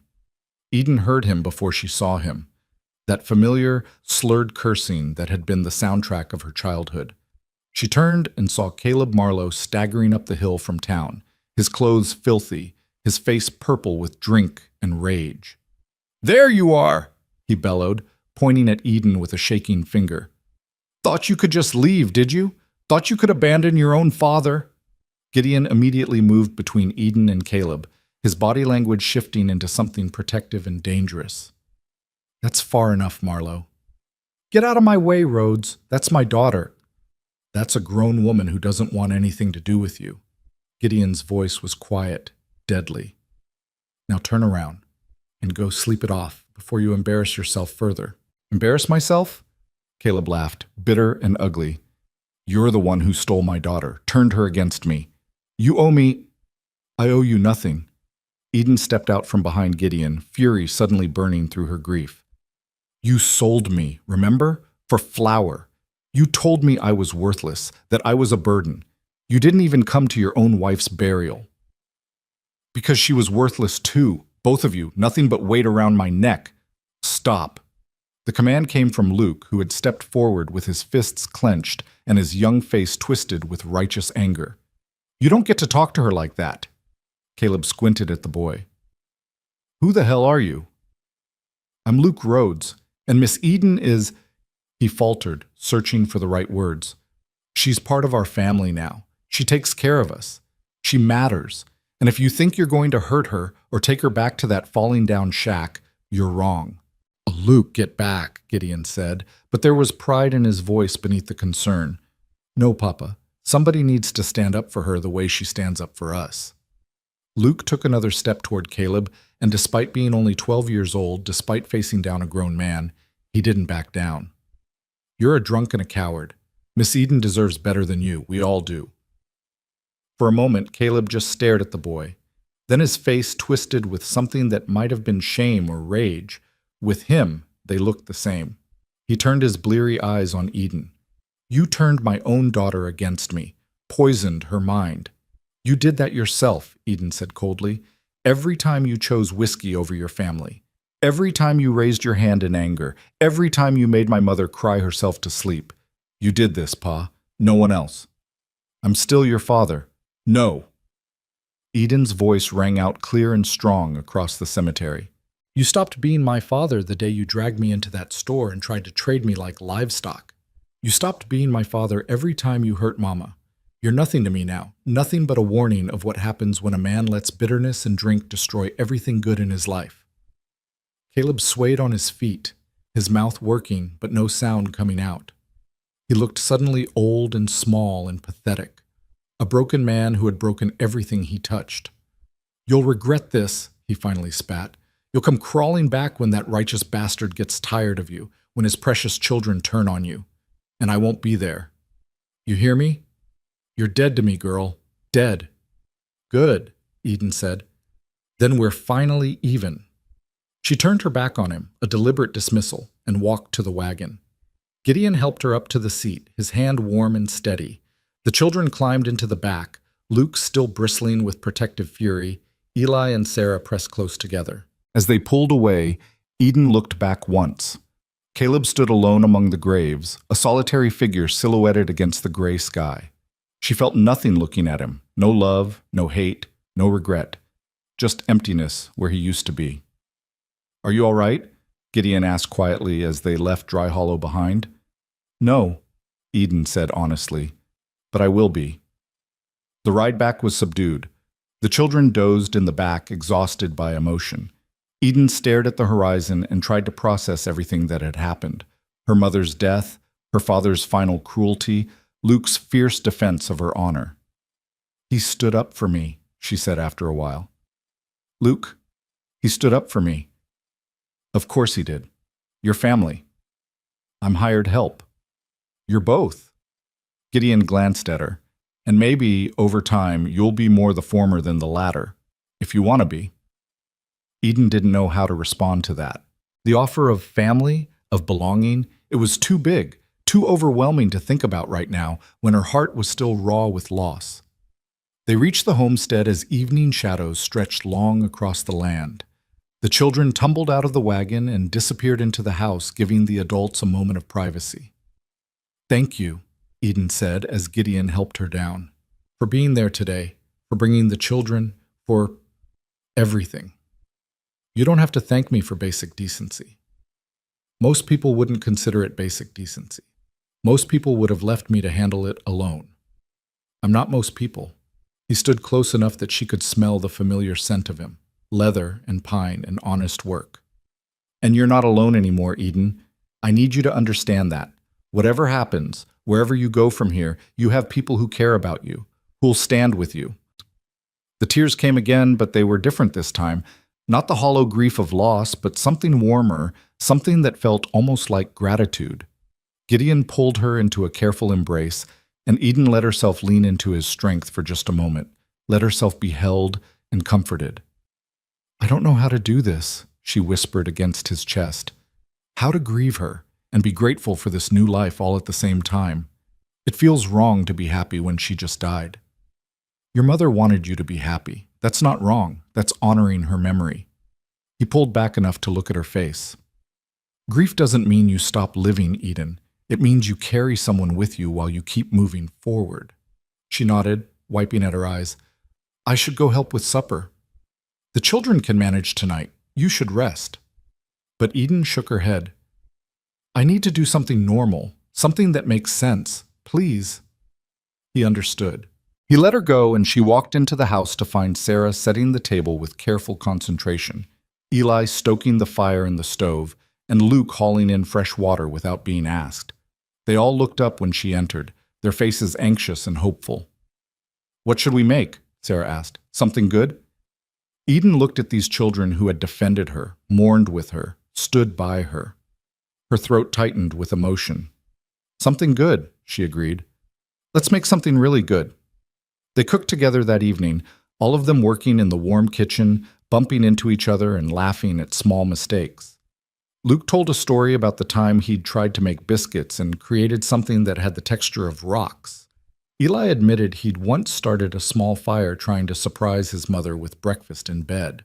Sarah demonstrated her unique method of cracking eggs, which involved more shell in the bowl than Eden would have preferred but was executed with such enthusiasm that no one had the heart to correct her.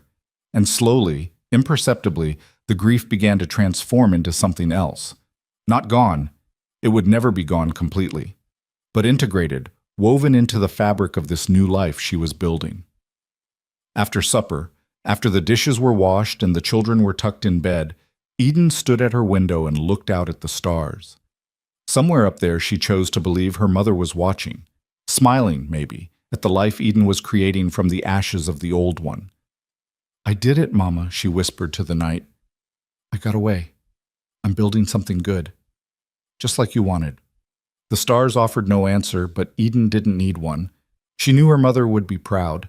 The days that followed developed a rhythm that was both familiar and strange. Eden threw herself into work with renewed determination, as if by staying busy she could outrun the grief that nipped at her heels. She rose before dawn and worked until well after dark, cleaning and cooking and tending to every corner of the homestead with fierce attention. The children responded by orbiting closer. Sarah became her shadow, following her from room to room with questions and observations and small gifts, wildflowers picked from the meadow, smooth stones found by the creek, drawings executed in shaky pencil on scraps of paper. Eli began reading aloud to her in the evenings, his voice gaining confidence as he worked through the books from his mother's shelf. And Luke started talking to her. Really talking, not just the grudging responses he'd offered before. It happened one afternoon when Eden was in the garden, harvesting the last of the season's vegetables before the first frost came. Luke appeared beside her with a bushel basket and knelt down to help without saying a word. They worked in companionable silence for a while, the late afternoon sun warm on their backs. "I meant what I said at the cemetery," Luke said finally, not looking up from the carrots he was pulling. "About you being part of the family." Eden's hand stilled on the tomato plant she'd been picking. "That was a brave thing you did, standing up to my father like that." "I was scared," he admitted. "He looked mean. But I was more scared of what might happen if nobody stood up for you, if he tried to take you away. He has no power over me anymore." "Good." Luke sat back on his heels, dirt streaking his face. "I was angry when you first came here. I thought you were trying to replace my mother. I know. But you're not. You're just you." He struggled with the words, his young face serious. "Mama was soft and gentle, and she sang all the time. You're different. You're tougher, I think. Like you've been through hard things and came out stronger. I don't feel very strong. That's how I know you are. Strong people never think they're strong." He pulled another carrot and added it to the basket. "Papa's different since you came. He smiles more, and Sarah stopped crying herself to sleep every night. And Eli, he talks now, did you notice? He barely said 10 words for months after Mama died, but now he talks to you about everything. Maybe he just needed time. Maybe he needed someone who would listen. Luke looked at her directly for the first time. I'm glad you're here, Miss Eden. I'm sorry I made it hard at first. Eden felt tears prick her eyes, again, always crying these days, and reached over to squeeze his shoulder. You were protecting your family. There's nothing to apologize for. They finished the harvest together as the sun began its descent, and when they walked back to the house with arms full of vegetables, Eden felt something shift in her chest, a settling, like a foundation finding solid ground. That night, 2 weeks after the burial, Eden was sitting at the kitchen table mending one of Gideon's shirts when he came in from his final check of the livestock.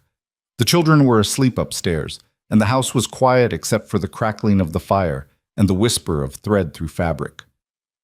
You don't have to do that, he said, nodding at the shirt. That old thing's about worn out anyway. It's got plenty of life left if the seams are reinforced. Eden bit off the thread and held up the shirt to examine her work. Besides, it's good fabric. No sense wasting it. Gideon poured himself coffee from the pot that was always warming on the stove and sat down across from her.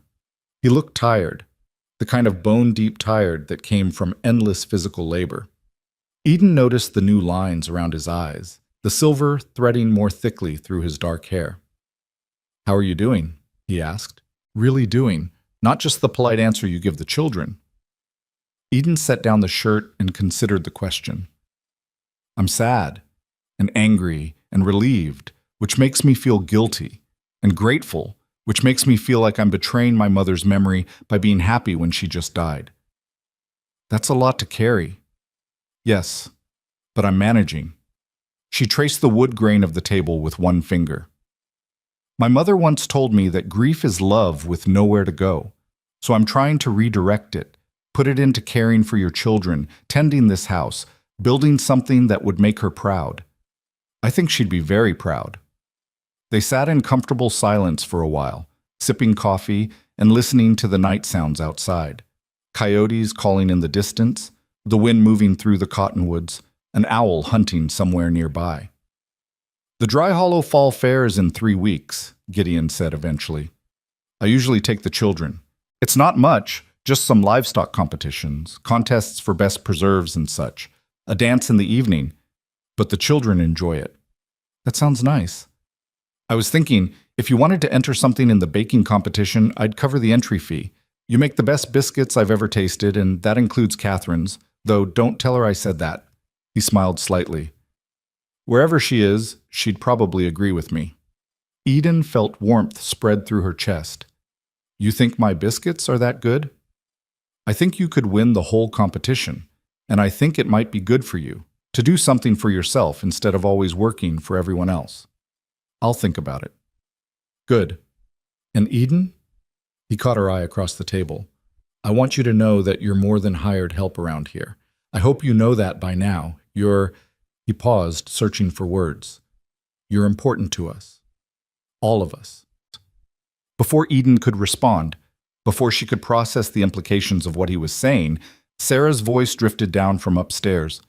Papa? Miss Eden? I had a bad dream. The moment broke.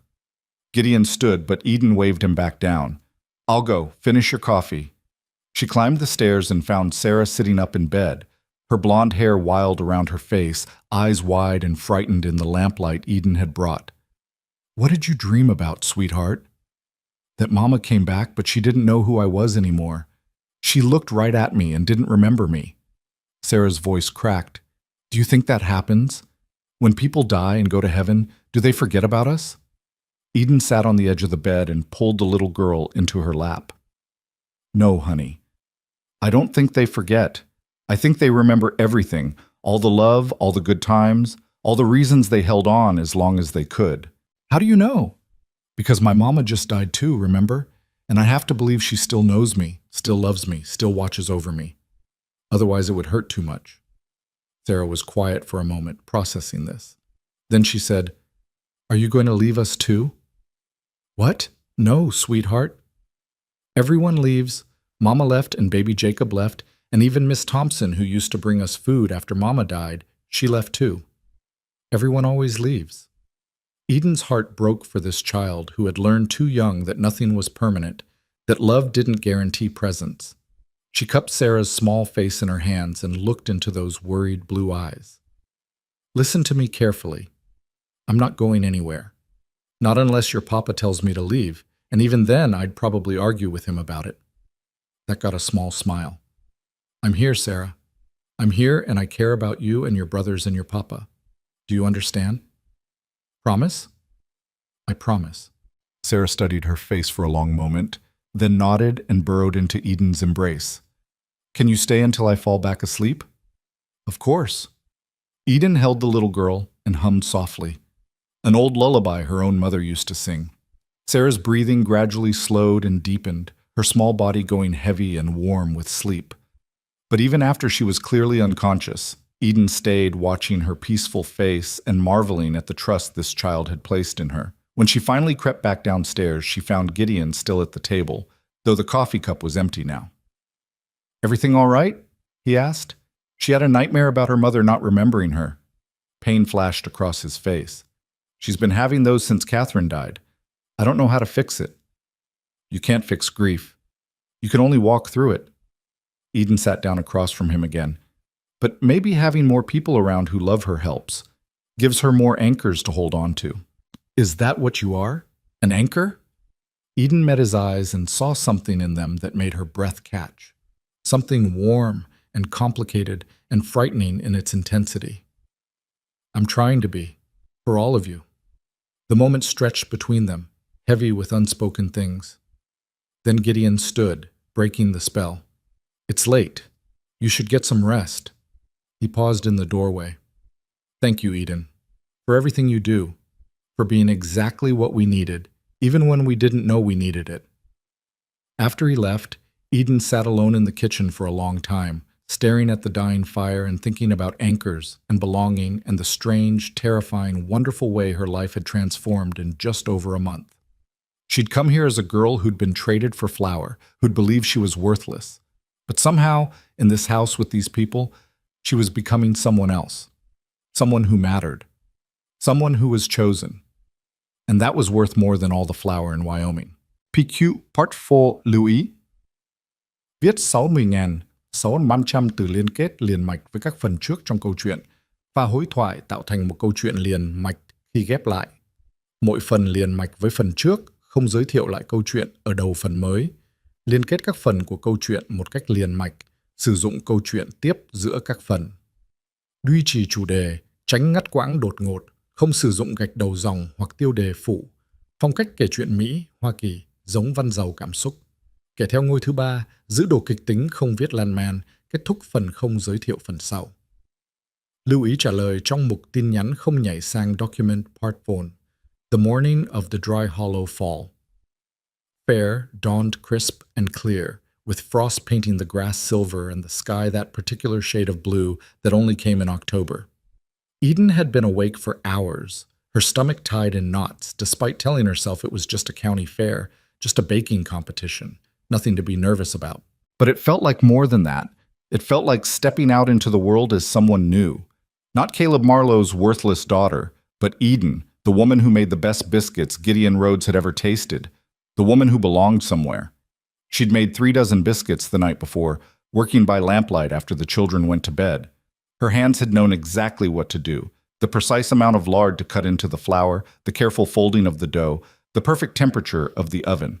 These were biscuits her mother had taught her to make back when they still had a real kitchen, a real home, before everything had fallen apart. For you, Mama, she'd whispered as she'd pulled the golden rounds from the oven. This is for you. Now as the household stirred to life, Eden packed the biscuits carefully into a basket lined with clean cloth.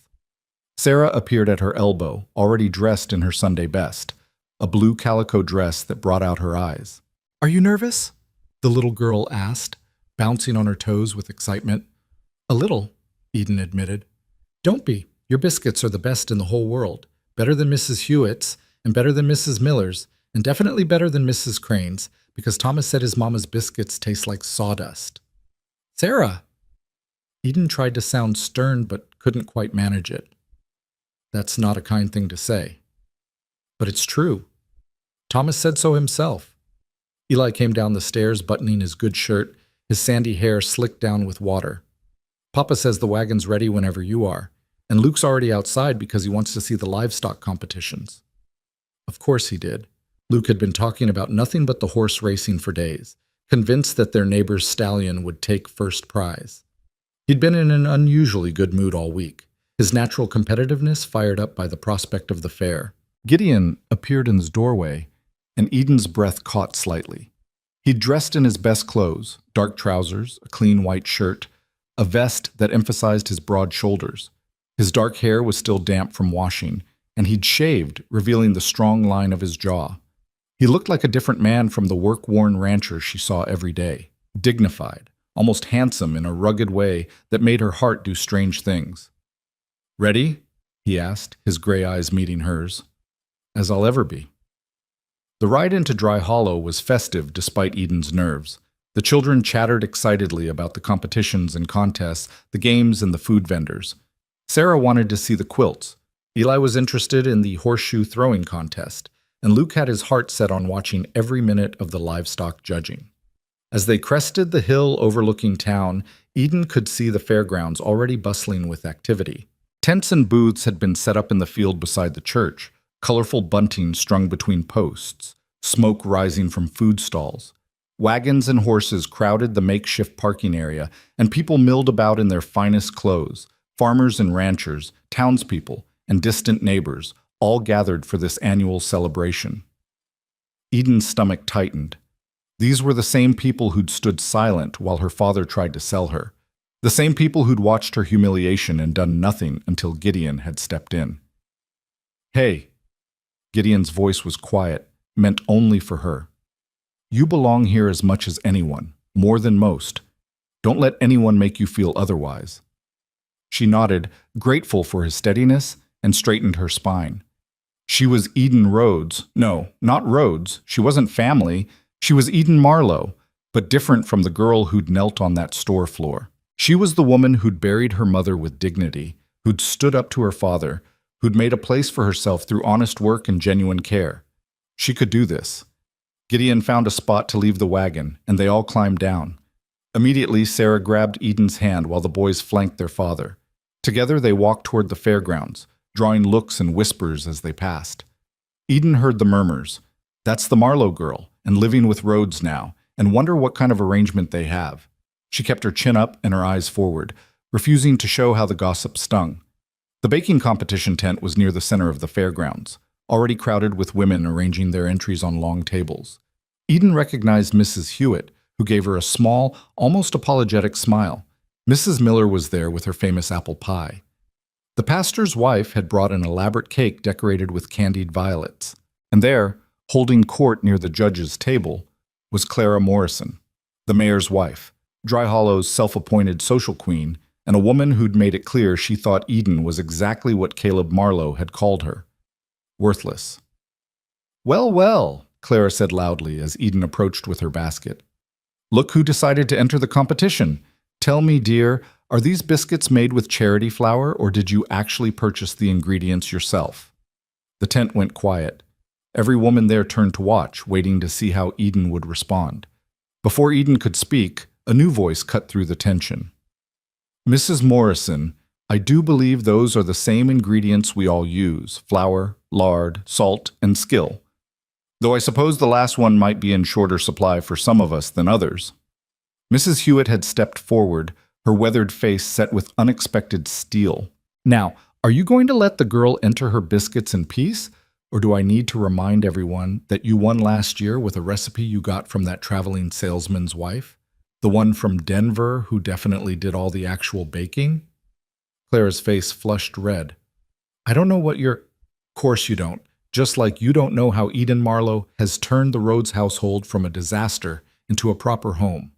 Just like you don't know that she tends a garden and raises those children like they're her own and never complains or puts on airs." Mrs. Hewitt crossed her arms. "Some of us notice real quality when we see it, Clara, even if it comes in simple packaging." Other women began nodding, murmuring agreement. The pastor's wife moved to stand beside Mrs. Hewitt. Even Mrs. Miller, whose son Thomas had defended Eden in the store that day, stepped closer. Clara looked around at the shifted allegiances and seemed to realize she'd miscalculated. "Well, I was only making conversation." She sniffed and turned away, but the damage to her authority was done. Eden set her basket on the table with shaking hands. Mrs. Hewitt came over and patted her shoulder. "Don't you mind her, dear. She's been needing someone to take her down a peg for years. Your biscuits look beautiful." She lowered her voice. "Between you and me, I think you've got a real chance at winning. And wouldn't that just burn Clara's biscuits?" Despite everything, Eden felt herself smile. "Thank you for standing up for me. Should have done it sooner. Should have done it that day in Tully's store. I'm ashamed it took me this long to find my courage." Mrs. Hewitt squeezed her hand. "But I'm finding it now. We all are. You've shown us what real strength looks like, girl. Time we returned the favor." The judging wouldn't happen until afternoon, so Eden left her entry and went to find Gideon and the children. She found them at the livestock pens, where Luke was practically vibrating with excitement over the horses while Eli studiously examined the cattle and Sarah tried to pet every animal within reach. "How'd it go?" Gideon asked, scanning her face for distress. "Clara Morrison tried to humiliate me. Mrs. Hewitt defended me instead." Eden shook her head, still processing it. "Other women, too. They stood up for me." "Of course they did. You've earned their respect. I've barely been here 2 months." "Respect isn't about time. It's about character." He touched her elbow gently, steering her toward a food stall. "Come on, let's get something to eat before the competitions start. The children have been eyeing those meat pies since we arrived." They bought food and found a spot in the shade to eat. Meat pies and apple cider, fresh bread, and cheese. The children ate with the single-minded focus of the perpetually hungry, and Eden found herself relaxing slightly. This wasn't so bad. The fare was actually pleasant when you weren't worried about public humiliation. After lunch, they split up. Luke went with his father to watch the horse competitions. Eli wanted to see the horseshoe tournament. Sarah dragged Eden toward the craft displays, chattering about all the beautiful quilts and preserves and needlework. They were admiring a particularly intricate quilt when Eden heard a familiar snide voice behind her. "Quite the domestic arrangement you've got there, playing house with a widower and his children."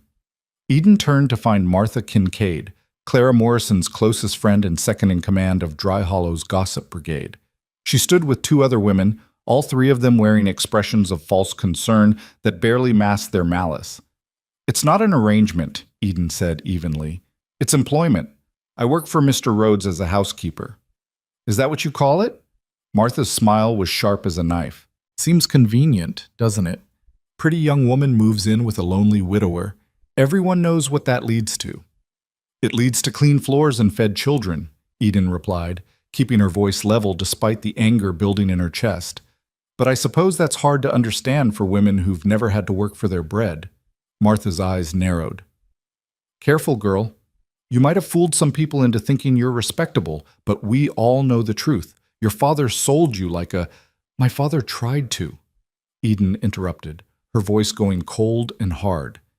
"And Mr. Rhodes stopped him.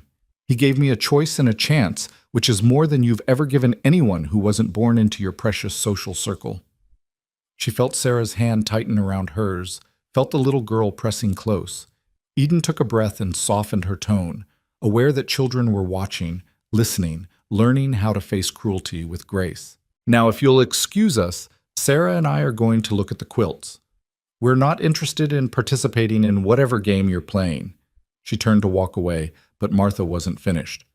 "Everyone's talking about it, you know, wondering when the widower's going to make an honest woman of you, or if he even needs to, given that you're already living under his roof like a—" "That's enough." The voice came from behind them, and Eden turned to see Thomas Crane standing there, no longer the awkward young man from the store, but someone older, harder, fed up with watching cruelty go unchecked. Several other young people stood with him, including the Miller brothers and a few others Eden recognized from church. "You don't get to talk to her like that," Thomas continued, stepping forward. "Miss Eden's done more good in 2 months than you've done in your whole life, Mrs. Kincaid. She's raising those Rhodes children with more love and patience than most natural mothers show. She's earned her place through hard work and genuine care. What have you earned except a reputation for cruelty?"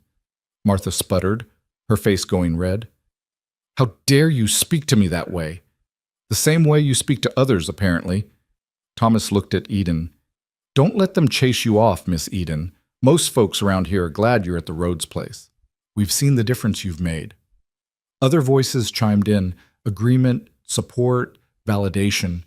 Eden felt tears prick her eyes, but refused to let them fall. She wouldn't give Martha and her friends the satisfaction. Thank you, she said to Thomas and the others. Then she took Sarah's hand and walked away with her head high, leaving the gossips to stew in their own venom. Those were mean ladies, Sarah whispered once they were out of earshot. Yes, they were. Why were they being mean to you? Eden considered how to explain it in terms a 5-year-old could understand. Some people feel better about themselves by making others feel small. It's not about me, really. It's about them being unhappy. Are you unhappy? Eden looked down at this little girl who'd lost her mother but was learning to trust again, who brought her drawings and asked her to braid her hair and believed Eden would keep her promises. She thought about Luke standing up to her father at the cemetery, about Eli reading to her in the evenings, about Gideon's steady presence and quiet respect. No, sweetheart, I'm not unhappy at all. The afternoon wore on. They watched the horseshoe competition. Eli came in 3rd place and beamed with pride. They saw Luke's favorite horse take 2nd in the racing competition, which he declared was robbery because that stallion was clearly faster than the winner. They ate too much candy from the vendors and watched a juggler perform tricks that made Sarah shriek with delight. Finally, as the sun began its descent toward the horizon, the announcement came that the baking competition winners would be revealed. Eden's stomach clenched with nerves as they made their way back to the competition tent. A small crowd had gathered, and the judges, 3 men from a neighboring county, brought in to ensure fairness, stood at the front with ribbons in hand. Gideon appeared at Eden's side, somehow sensing she needed support. Win or lose, you should be proud, he murmured. You put yourself out there. That takes courage. The head judge cleared his throat. Ladies and gentlemen, we've had the pleasure of sampling some truly excellent baking today. Every entry showed skill and care, but there can only be one winner in each category. He went through the other categories first. Best pie went to Mrs. Miller, best cake to the pastor's wife, best preserves to a woman Eden didn't know from a ranch 20 miles north. Each winner received polite applause and a ribbon. And now for the best biscuits. The judge smiled. This was perhaps our hardest decision. We had many fine entries, but one stood out for its perfect texture, golden color, and flavor that reminded all 3 of us of our mother's kitchens. The first place ribbon for best biscuits goes to Miss Eden Marlowe. For a moment, Eden couldn't process the words.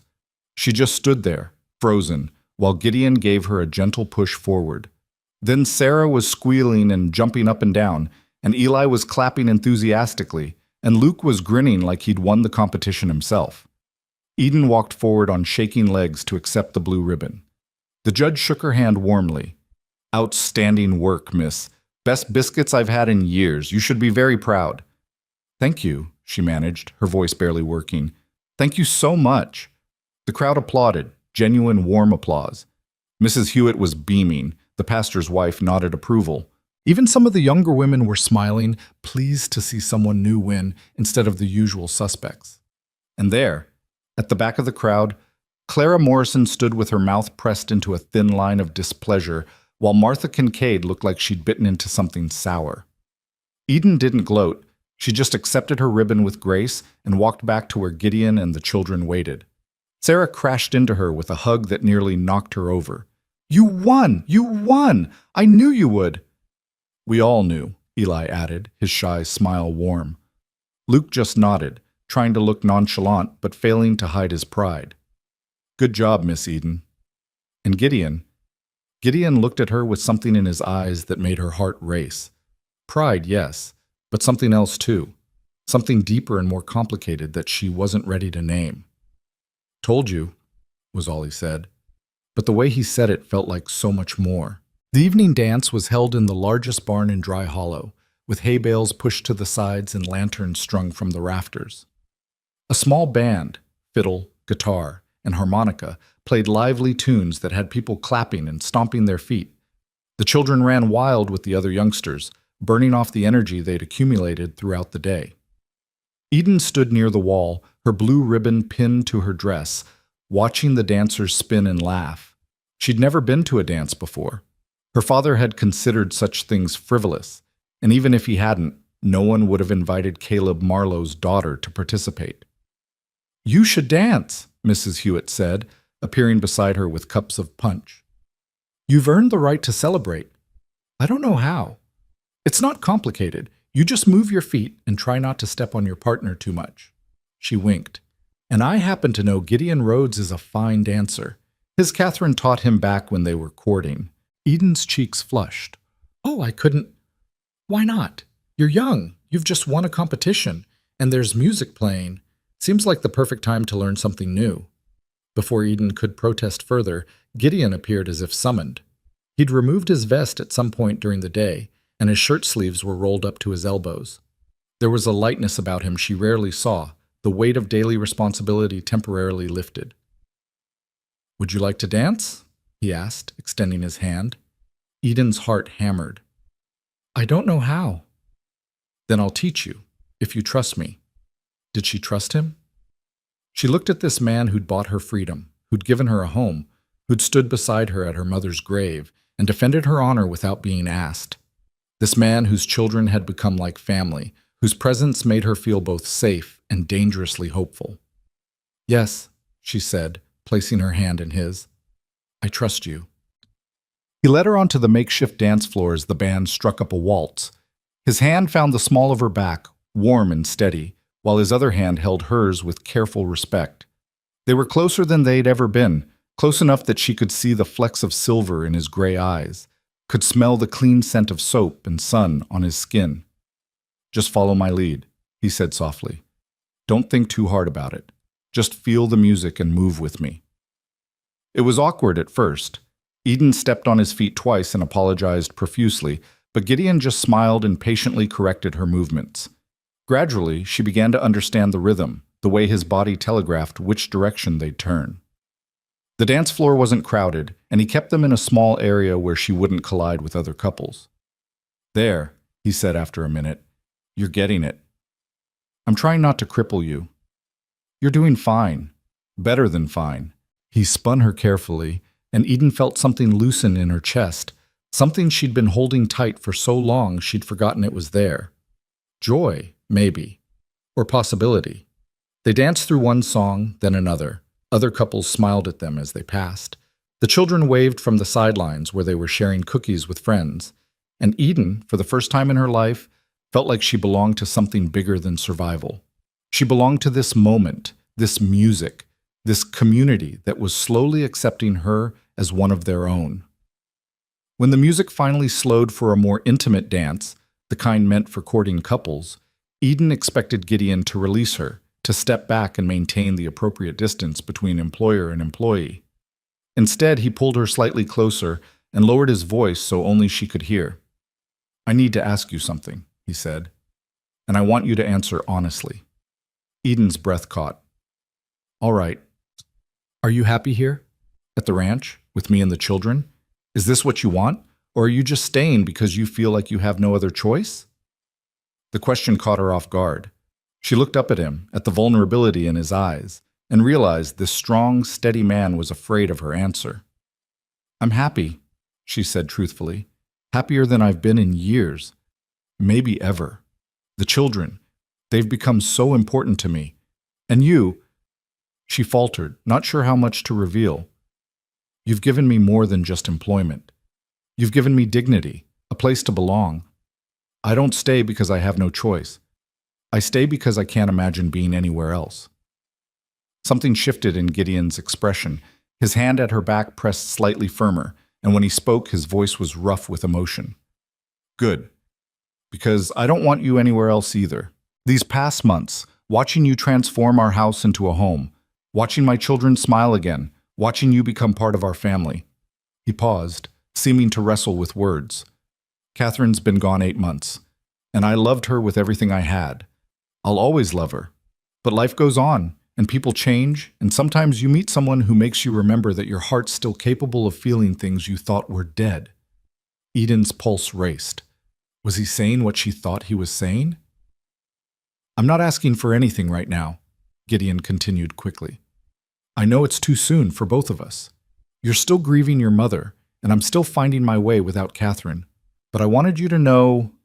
He took a breath. I'd like permission to court you, properly, with intention, not now, but soon, when enough time has passed that it's respectful to everyone's memory. The music swelled around them, and Eden felt tears gather in her eyes for what must have been the 100th time that day. But these were different tears, tears of hope, of possibility, of a future she'd never dared imagine. You want to court me? She whispered. Only if you want to be courted. Only if the idea doesn't repel you. Repel me? Eden laughed, a sound that was half sob. Gideon, She struggled to find words adequate for what she felt. I've never been chosen before. Not really. My father didn't choose me. I was just born to him. My mother loved me, but she was dying and had no choice but to send me away.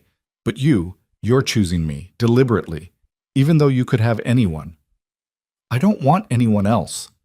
His gray eyes held hers with an intensity that made her knees weak. I want the woman who makes my children laugh, who tends my house like it matters, who won a baking competition and looked surprised that anyone thought she was talented. I want the woman who stood up to her drunken father at a cemetery and told him he'd lost all claim to her. I want you, Eden, if you'll have me. The song ended. Other couples began leaving the floor, but Gideon and Eden stood still, caught in this moment of confession and connection. Ask me again, Eden said softly. In a few months, when the grief isn't so fresh. Ask me again, and I'll say yes. Gideon smiled, a real, full smile that transformed his usually serious face. I'll ask, and you'd better keep that promise. I will. She squeezed his hand. I promise. They stepped apart, finally observing the proprieties, but something had fundamentally changed between them. A line had been crossed, a future had been acknowledged. They were no longer just employer and employee, no longer just two damaged people sharing space. They were something new, something growing, something that felt like the beginning of real belonging. The ride home was quiet but comfortable. The children dozed in the back of the wagon, exhausted from the day's excitement. Eden sat beside Gideon on the bench, her blue ribbon still pinned to her dress, her hand resting on the seat between them, where his pinky finger occasionally brushed against hers. The stars were brilliant overhead, and the night air carried the scent of hay and distant pine. Somewhere in the darkness, coyotes called to each other, and an owl hunted silently through the trees. Thank you, Eden said softly. For today, for the competition, for the dancing, for... She paused. For everything. You earned it all yourself. I just drove the wagon. You did more than that. You gave me courage to be seen, to step out and claim something for myself instead of just surviving. You've always had that courage. You just needed the opportunity to use it. They lapsed into companionable silence, and Eden found herself thinking about the journey that had brought her here. From that humiliating morning in Tully's general store to this moment of connection and hope. She'd been traded like grain, dismissed as worthless, but she'd walked out of that store and into a life where she mattered. Her mother had told her to live, to be happy, to know her worth. And she was doing exactly that. The homestead appeared in the distance, dark except for the lamp they'd left burning in the kitchen window. Home. When had she started thinking of it that way? When had this weathered house and the people inside it become the center of her world? Gideon pulled the wagon to a stop and helped the sleepy children down. Luke was steady enough to walk on his own, but Eli was practically unconscious. Gideon scooped him up easily while Eden took Sarah's hand. Come on, sweetheart, let's get you to bed. Inside, the house was warm and welcoming. Eden tucked Sarah in while Gideon handled the boys, and when she came back downstairs, she found him in the kitchen making tea. Thought you might want some before bed, he said, handing her a cup. They sat at the table together, just as they had countless times before. But everything felt different now, charged with possibility, weighted with promise. My mother would have liked you, Eden said suddenly. She would have approved. Of me courting you? Of you, period. She wanted me somewhere safe with someone good. And you, Eden smiled. You're the best man I've ever known. Gideon's cheeks colored slightly. I'm just a rancher trying to raise his children right. You're more than that. And I think you know it. She finished her tea and stood. I should get to bed. Tomorrow comes early. Eden. He caught her hand as she passed. I meant what I said tonight. Every word. I know. I meant what I said too. She squeezed his fingers. Good night, Gideon. Good night. She went to her room and changed into her nightgown, then sat on the edge of her bed with the blue ribbon in her hands. First place. Best biscuits. Chosen. Worth. She'd learned her worth wasn't measured in sacks of flour or her father's opinion or the gossip of small-minded women. Her worth was in the love she gave and received, in the work of her hands, in the family she was building from the ruins of the old. Eden pinned the blue ribbon to the wall above her bed where she'd see it every morning. A reminder of the day she'd stepped into her future, the day she'd let herself believe she deserved good things. Outside, the Wyoming wind whispered through the cottonwoods, and somewhere in the darkness, an owl called, a sound that was both lonely and beautiful, like everything in this harsh, wonderful land. Eden lay down and closed her eyes, and for the first time in years she fell asleep without fear, without grief, without doubt. She fell asleep knowing she was exactly where she belonged. PQ Part 5 Lưu ý. Viết 600 liên kết liền mạch với các phần trước trong câu chuyện và hội thoại tạo thành một câu chuyện liền mạch khi ghép lại. Mỗi phần liền mạch với phần trước không giới thiệu lại câu chuyện ở đầu phần mới. Liên kết các phần của câu chuyện một cách liền mạch, sử dụng câu chuyện tiếp giữa các phần. Duy trì chủ đề, tránh ngắt quãng đột ngột, không sử dụng gạch đầu dòng hoặc tiêu đề phụ. Phong cách kể chuyện Mỹ, Hoa Kỳ, giống văn giàu cảm xúc. Kể theo ngôi thứ 3, giữ đồ kịch tính không viết lan man, phần 5 giải quyết hết vấn đề và kết thúc trọn vẹn câu chuyện. Lưu ý trả lời trong mục tin nhắn không nhảy sang document Part 5. Winter came to Wyoming with a vengeance that year, arriving early and settling in like it intended to stay forever.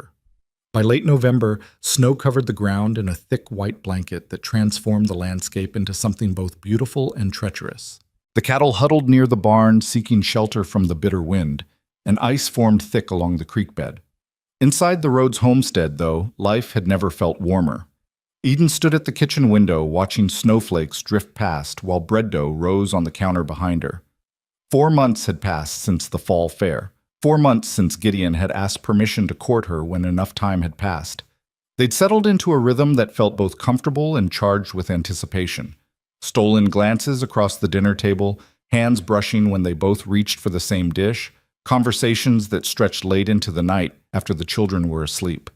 He hadn't formally begun courting her yet. They were still observing the proper mourning period for Catherine, still allowing the children time to adjust to the idea of their father's heart opening again. But everyone in the household knew something was building, something inevitable and right. Miss Eden? Eli's voice pulled her from her thoughts. He stood in the doorway with a book clutched to his chest, his expression uncertain. Can I ask you something?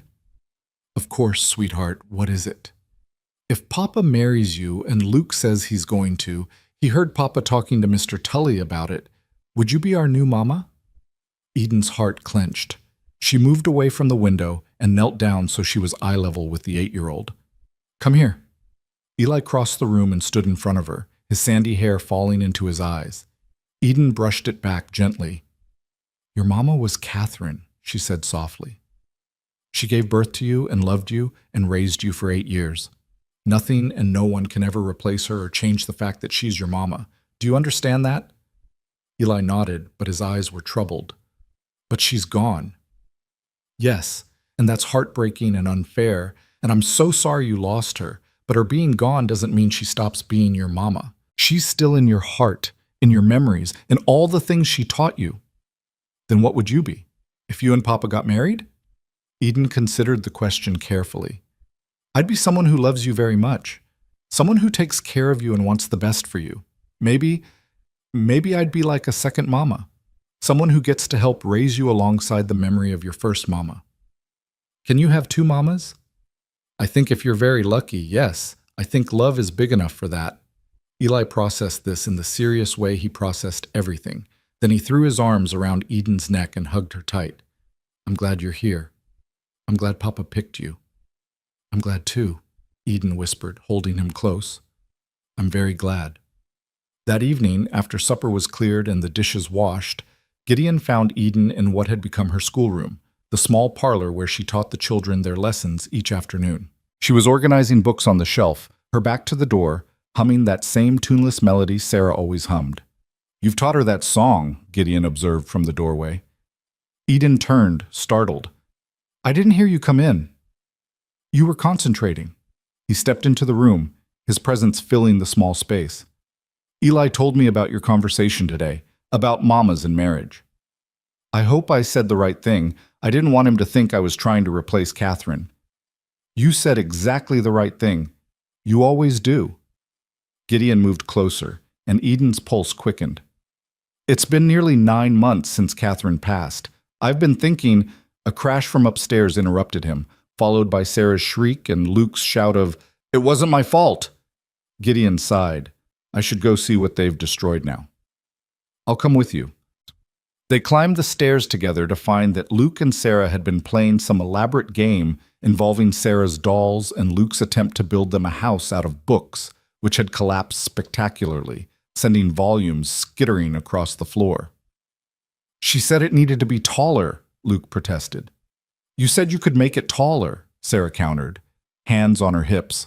Both of you clean this up, Gideon said, but there was amusement in his voice. And no more engineering projects after dark. Yes, Papa, they chorused. As Eden and Gideon headed back downstairs, she felt his hand briefly touch the small of her back, a gesture that was becoming familiar, intimate in its casualness. In the kitchen, she began preparing tea while he added wood to the fire. You were saying something before we were interrupted? Eden prompted. Gideon straightened from the fireplace and dusted off his hands. For a moment, he just looked at her, his gray eyes reflecting the firelight, and Eden saw something in his expression that made her breath catch. Walk with me tomorrow? He asked. After breakfast, if the weather holds? Just the two of us. The children? Luke's old enough to watch them for an hour. I need to talk to you, Eden, really talk to you, away from little ears and daily distractions. She nodded, her heart hammering. All right, I'd like that. That night, Eden lay awake long after the house had gone silent, staring at the ceiling and wondering what tomorrow would bring. She knew what she hoped for, had known for months now, if she was honest with herself. But hope was a dangerous thing when you'd spent so many years learning not to hope at all. Morning dawned clear and cold, the sky that brilliant blue that only came after fresh snow. Eden dressed carefully in her best everyday dress and braided her hair with hands that trembled slightly. At breakfast, the children seemed to sense something momentous was approaching. Even Sarah was subdued, watching her father and Eden with wide, knowing eyes. After the meal was cleared, Gideon helped Eden into her warmest shawl and led her outside. The snow crunched under their feet as they walked away from the house, following a path toward the small rise that overlooked the property. Neither spoke at first, both of them just breathing the crisp air and finding their footing in the snow. When they reached the top of the rise, Gideon stopped and turned to face her. The homestead spread out below them, the house with smoke curling from its chimney, the barn solid and weatherproof, the cattle safe in their winter pasture. It looked like something from a painting, peaceful and permanent. When I first brought you here, Gideon began, his voice quiet but steady, I told you I needed help with the house and the children. That was true, but it was also only part of the truth. Eden waited, hardly breathing. The truth is, when I saw you kneeling on that floor in Tully's store, being treated like you were worth less than flour, something broke open inside me. I saw a woman who deserved so much better than what she was getting. A woman with strength and dignity that couldn't be traded away no matter what your father tried to do. He paused, gathering his thoughts. I told myself I was just doing the right thing, helping someone in need. But even then, I think I saw something in you that called to something in me. Gideon, let me finish, please. He took a breath. These past months, watching you with my children, watching you turn our house into a home again, Eden, you've given us back something I thought we'd lost forever. Not just clean floors and good food, though God knows we needed both. You gave us life again. Laughter, hope, a reason to look forward instead of just backward at what we'd lost. His hands found hers, warm despite the cold, steady despite the emotion in his voice. Catherine was my first love, and I'll always cherish what we had. But she's gone, and I'm still here, still living. And I've learned that the heart's bigger than we think. It can hold grief and joy at the same time, can honor the past while choosing the future. His gray eyes held hers with an intensity that made her knees weak. I want to choose you, Eden, not because you're convenient or because the children need a mother figure. I want to choose you because you're brave and kind and stronger than you know, because you make me laugh and challenge me and make me want to be better than I am. Eden felt tears sliding down her cheeks, but she didn't wipe them away. I know I'm not much of a catch, Gideon continued. I'm a widowed rancher with 3 children and a shoulder that acts up in cold weather. I'm set in my ways and not always good with words. But I promise you this. If you'll have me, I'll spend every day for the rest of my life making sure you know your worth. Making sure you never kneel on anyone's floor again. Making sure you're cherished and protected and valued exactly as you deserve. He released one of her hands and reached into his pocket, pulling out a simple gold band. It wasn't fancy, just a smooth circle of metal that caught the winter sunlight and gleamed warmly. This was my mother's ring. She gave it to me before she died and told me to give it to a woman worthy of wearing it. A woman with strength and character. He held the ring between them. Eden Marlowe, will you marry me? Will you let me spend the rest of my life showing you that you're worth more than all the flour in Wyoming, more than gold or silver or anything else this world measures by? Eden couldn't speak past the tears clogging her throat. All she could do was nod frantically, laughing and crying at the same time. Yes, she finally managed. Yes, Gideon, yes. 1,000 times yes. His face broke into the widest smile she'd ever seen him wear. He slipped the ring onto her finger. It fit perfectly, like it had been made for her, and then he pulled her into his arms and held her tight. Eden buried her face against his chest and let herself cry, let herself feel the overwhelming rush of joy and relief and gratitude that came with being chosen. Really, truly chosen. I love you, she whispered against his coat. I think I've loved you since that first day when you gave me back my dignity, when you made me stand up instead of kneel. I love you too, Gideon murmured into her hair. God, Eden, I love you so much. They stood there holding each other while the snow began to fall again, soft flakes drifting down around them like blessings. Finally, Gideon pulled back enough to look at her face. We should probably tell the children before they break something trying to watch us through the windows.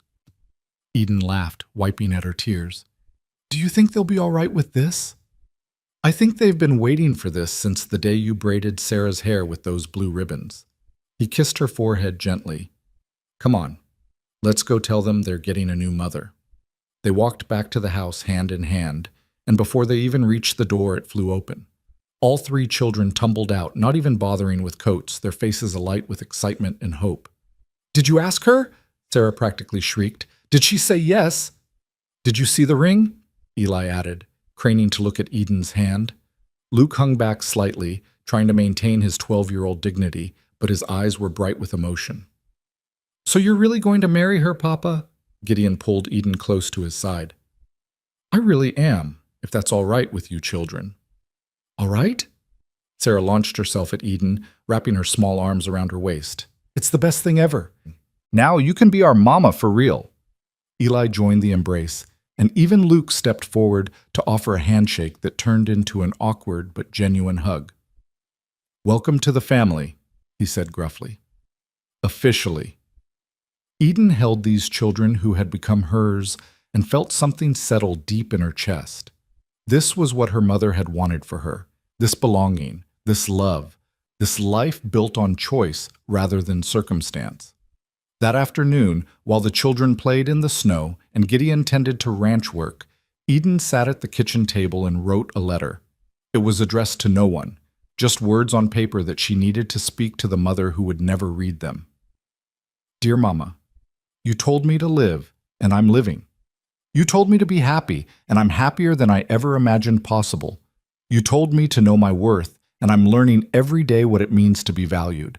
I'm going to marry Gideon Rhodes in the spring. He's a good man, Mama. The kind of man you always hoped I'd find, steady and honest and kind. He has 3 children who are teaching me what it means to be loved without conditions. Together, we're building something that feels like forever. I wish you could be here to see it, to walk me down the aisle or help me plan the ceremony, or just sit with me and tell me I'm doing the right thing. But I feel you with me anyway. In the way I braid Sarah's hair like you used to braid mine. In the recipes I cook that you taught me. In the strength I found when I needed it most. Strength you gave me by loving me, even when you had nothing else to give. Thank you, Mama, for everything. For fighting to stay alive long enough to see me safe. For sending me away, even though it must have broken your heart. For teaching me that worth isn't something other people give you. It's something you build yourself, one choice at a time. I'm building a good life, Mama. A life you'd be proud of. Rest peacefully. I've got it from here. Your daughter, Eden. She folded the letter carefully and placed it in her Bible, pressed between the pages like a prayer. Then she stood and looked around the kitchen. This room that had been a disaster when she'd arrived, now warm and clean and full of life. Through the window, she could see the children building a snowman. Sarah was trying to lift a snowball bigger than her head while Eli carefully shaped the middle section and Luke worked on the base. Gideon stood nearby, offering advice and encouragement, his breath fogging in the cold air. Her family. This impossible, precious family that had formed from tragedy and chance and choice. The weeks that followed were a flurry of quiet preparation. Word spread through Dry Hollow about the engagement carried by visitors and trips to town. Most people were genuinely happy for them. Mrs. Hewitt hugged Eden and cried tears of joy. Thomas Crane congratulated Gideon on his good sense.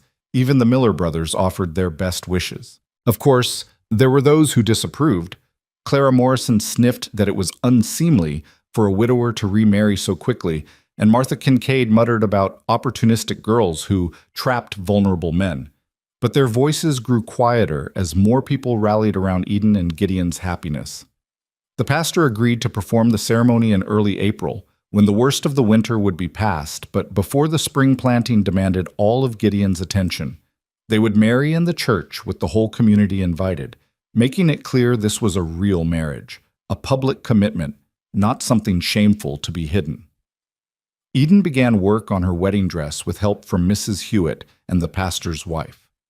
It was simple but beautiful, cream-colored cotton with modest sleeves and a high neckline, embroidered with small flowers along the hem.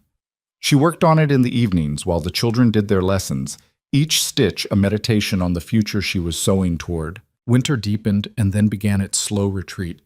By March, the snow had started melting in earnest, revealing the brown grass beneath and transforming the landscape into a muddy mess.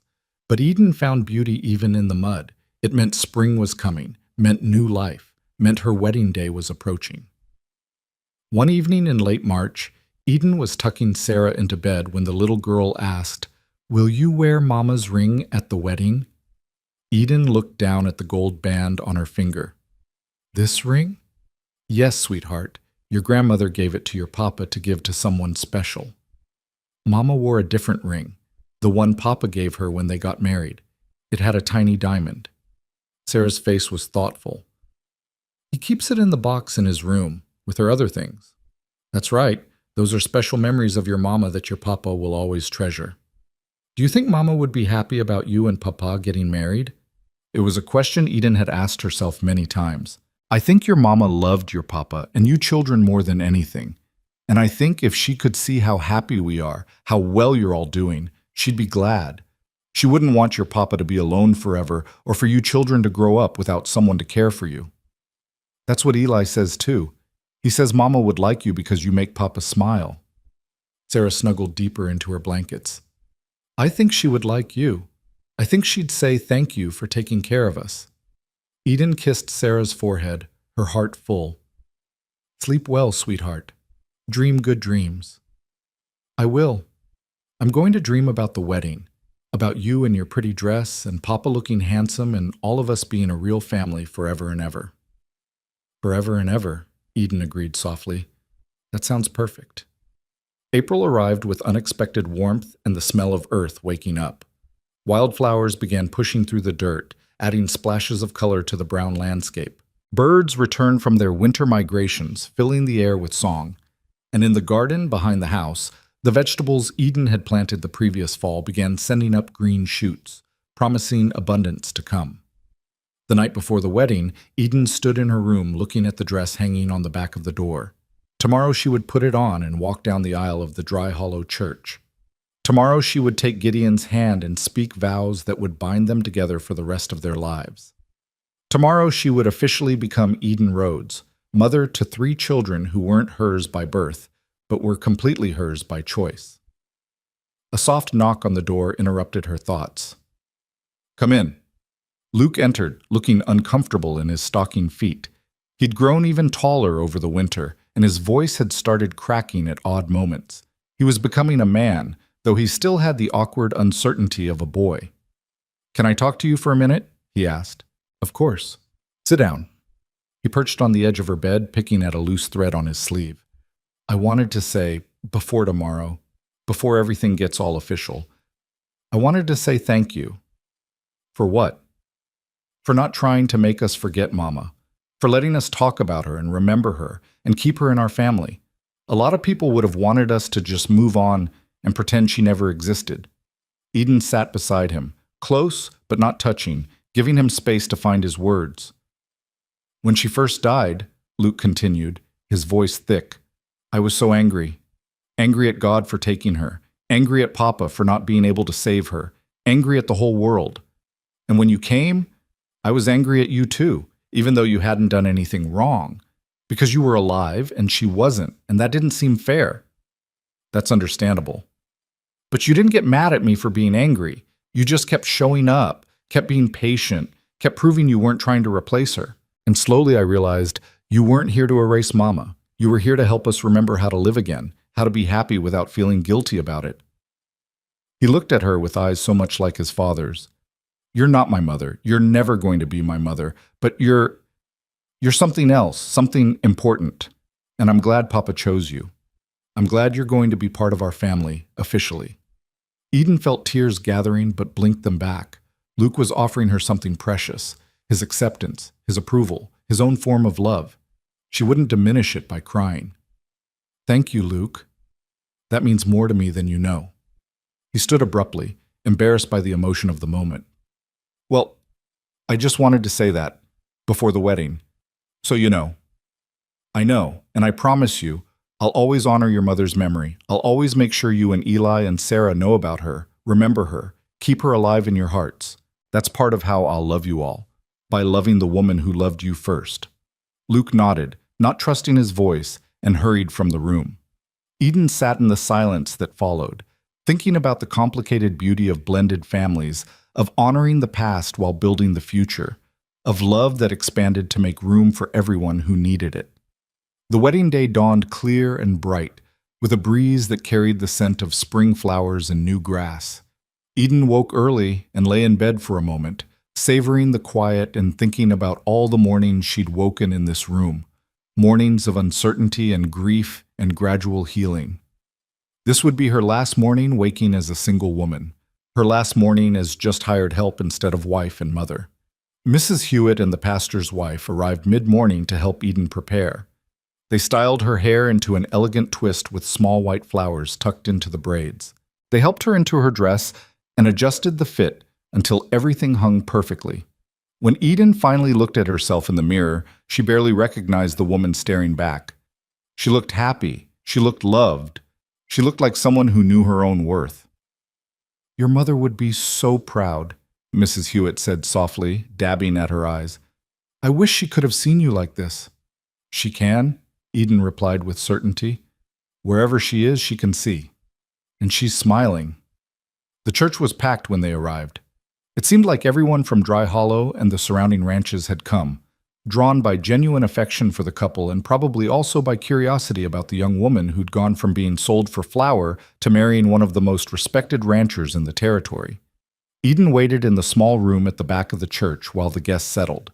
Through the door, she could hear the murmur of conversation, the occasional laugh, the rustle of people finding their seats.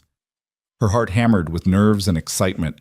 Sarah appeared in the doorway, looking like a little angel in her blue dress with flowers in her blonde hair.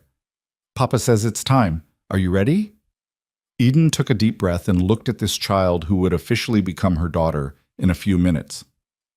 "Yes, sweetheart, I'm ready." There was no one to walk Eden down the aisle. Her father was lost to drink and bitterness, and there was no other male relative to do the honor. But as she stood at the back of the church, looking down the aisle to where Gideon waited at the altar with the pastor, she realized she didn't need anyone to give her away. She was giving herself. Freely, deliberately, with full knowledge of what she was choosing. The organ began playing, and Eden started walking. Every eye in the church turned toward her, but she only saw Gideon. He stood tall and steady in his best suit, his dark hair neatly combed, his gray eyes fixed on her with an expression that made her knees weak. Luke and Eli stood beside him as witnesses, both boys scrubbed clean and trying to stand still. Sarah walked ahead of Eden, dropping flower petals with solemn concentration. When Eden reached the altar, Gideon extended his hand. She placed hers in it, and his fingers closed around hers, warm, solid, sure. "Dearly beloved," the pastor began, "we are gathered here today to witness the union of this man and this woman in holy matrimony." The ceremony passed in a blur of words and promises.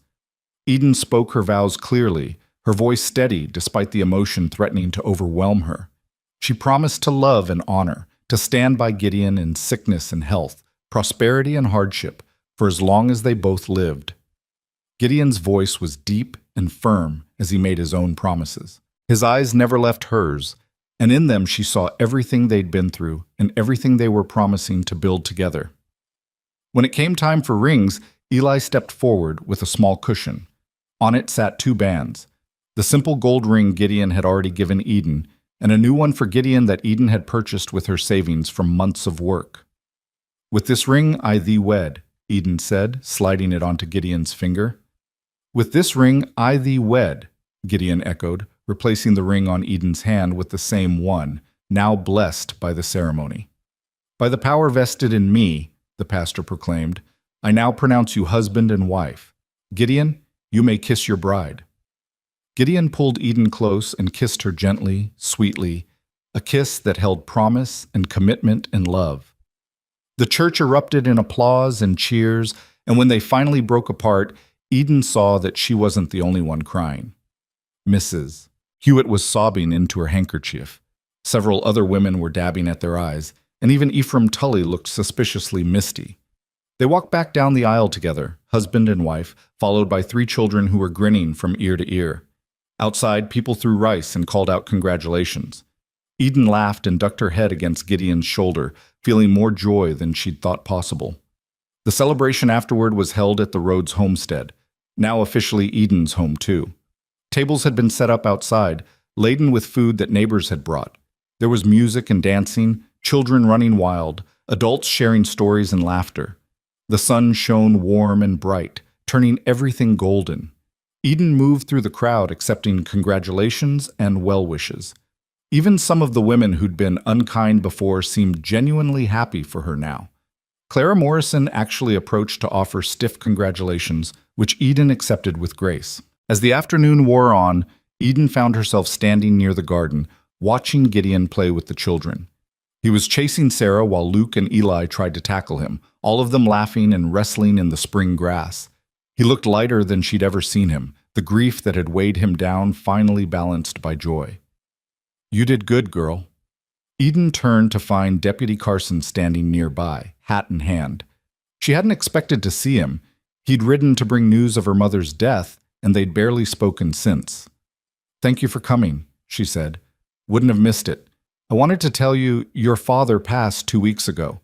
Liver finally gave out from all the drinking. He died in his sleep in that falling down shack." He paused. "Thought you should know, though I wasn't sure if you'd care." Eden waited for some emotion to surface. Grief, relief, anger, something. But there was only emptiness where Caleb Marlowe used to be. He'd stopped being her father long before he'd stopped breathing. "Thank you for telling me," she said quietly. "He left some things. Nothing of value, really, but there's a box with some of your mother's belongings. Her Bible, a few letters, some photographs from before things went bad. I brought it with me, figured you might want it." "I would. Thank you." He nodded and melted back into the crowd. Eden stood alone for a moment, processing the news. Both her parents were gone now. The life she'd lived before coming to the Rhodes homestead was completely closed. A chapter ended. But she wasn't sad. She was free. "Eden?" Gideon appeared at her side, slightly out of breath from playing with the children. "Everything all right?" She turned to him, this man who'd saved her and then loved her, this man who'd given her everything she'd never dared hope for. "Everything's perfect. My father died, and I feel nothing but relief." "Is that terrible?" "No." He pulled her close, uncaring of who might see. "That's honest.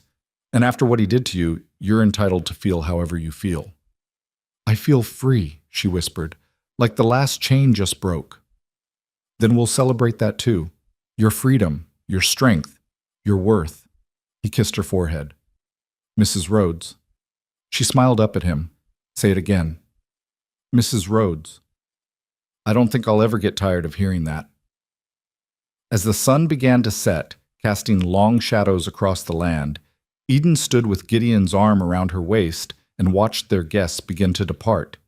The children had finally worn themselves out and were sprawled on blankets near the house, Sarah actually asleep with her head on Eli's shoulder.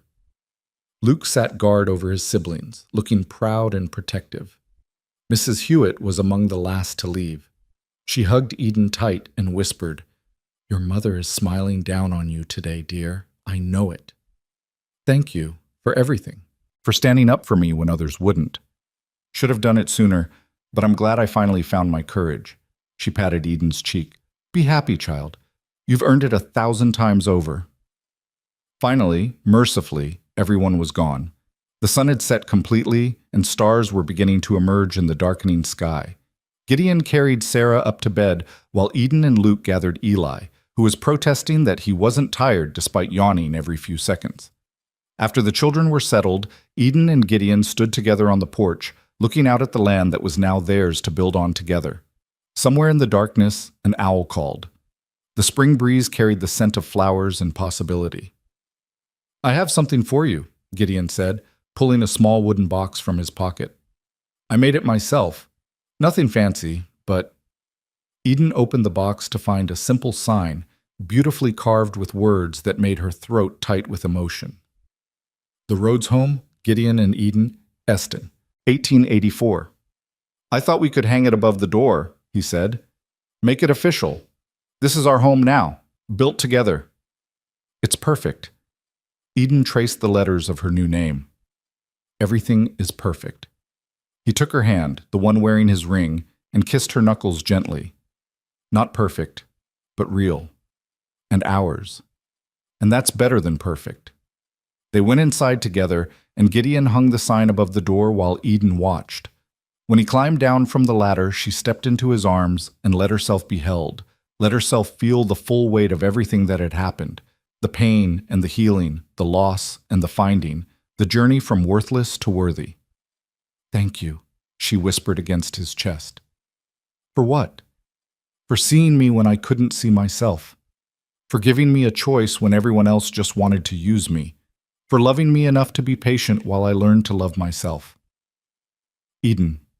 He tilted her chin up so she had to look at him. "You did that yourself. I just held the door open. You're the one who walked through it." They stood in the kitchen, the room where she'd first proven her worth through work, where she'd fed a family and made a house into a home, where she'd slowly transformed from hired help into something more. The lamplight cast everything in warm gold, and through the window she could see the stars emerging one by one like promises being kept. This was her life now. Not the life she'd been born into, but the life she'd built. Not given to her by circumstance or cruelty, but chosen through courage and love. She was Eden Rhodes, wife and mother, valued and cherished. She was the woman who'd been traded for flour and had risen to show everyone, including herself, that her worth couldn't be measured in anything so simple as grain or gold. Her worth was infinite, immeasurable, impossible to quantify. She was a woman who'd learned to stand up when the world wanted her to kneel. She was free, and she was home. Gideon led her upstairs to the room that had been his alone, that was now theirs to share. Eden paused in the doorway, suddenly shy despite everything, but Gideon just smiled and pulled her inside, closing the door gently behind them. "No rush," he said softly. "We have all the time in the world now." And they did. All the time in the world to build this life together, to raise these children, to prove every day that love was stronger than circumstance, that choice mattered more than chance, and that worth was something you built yourself, one decision at a time. Outside, the Wyoming wind whispered through the cottonwoods, carrying away the last remnants of winter and bringing the promise of spring. In the children's rooms, 3 hearts beat steady in sleep, safe and loved. And in the master bedroom, 2 people who'd found each other against all odds held each other close and dreamed of the future they would build together. Eden's last thought before sleep claimed her was of her mother, looking down from wherever she was and smiling with pride and relief and joy. She'd done it. She'd built the life her mother had wanted for her. She'd survived and thrived and transformed herself from a girl who knelt to a woman who stood tall. She'd learned her worth, and it was magnificent. The story that had begun on a dusty floor in Tully's general store with a girl being traded like grain had ended here, in a warm bed beside a good man, in a house full of love, in a life built on dignity and choice and the unshakable knowledge that she mattered. Eden Marlowe had become Eden Rhodes, and in doing so, she'd become exactly who she was always meant to be. Worth, she'd told Sarah in the snow that winter day, is not given. It's built. And she had built hers into something beautiful.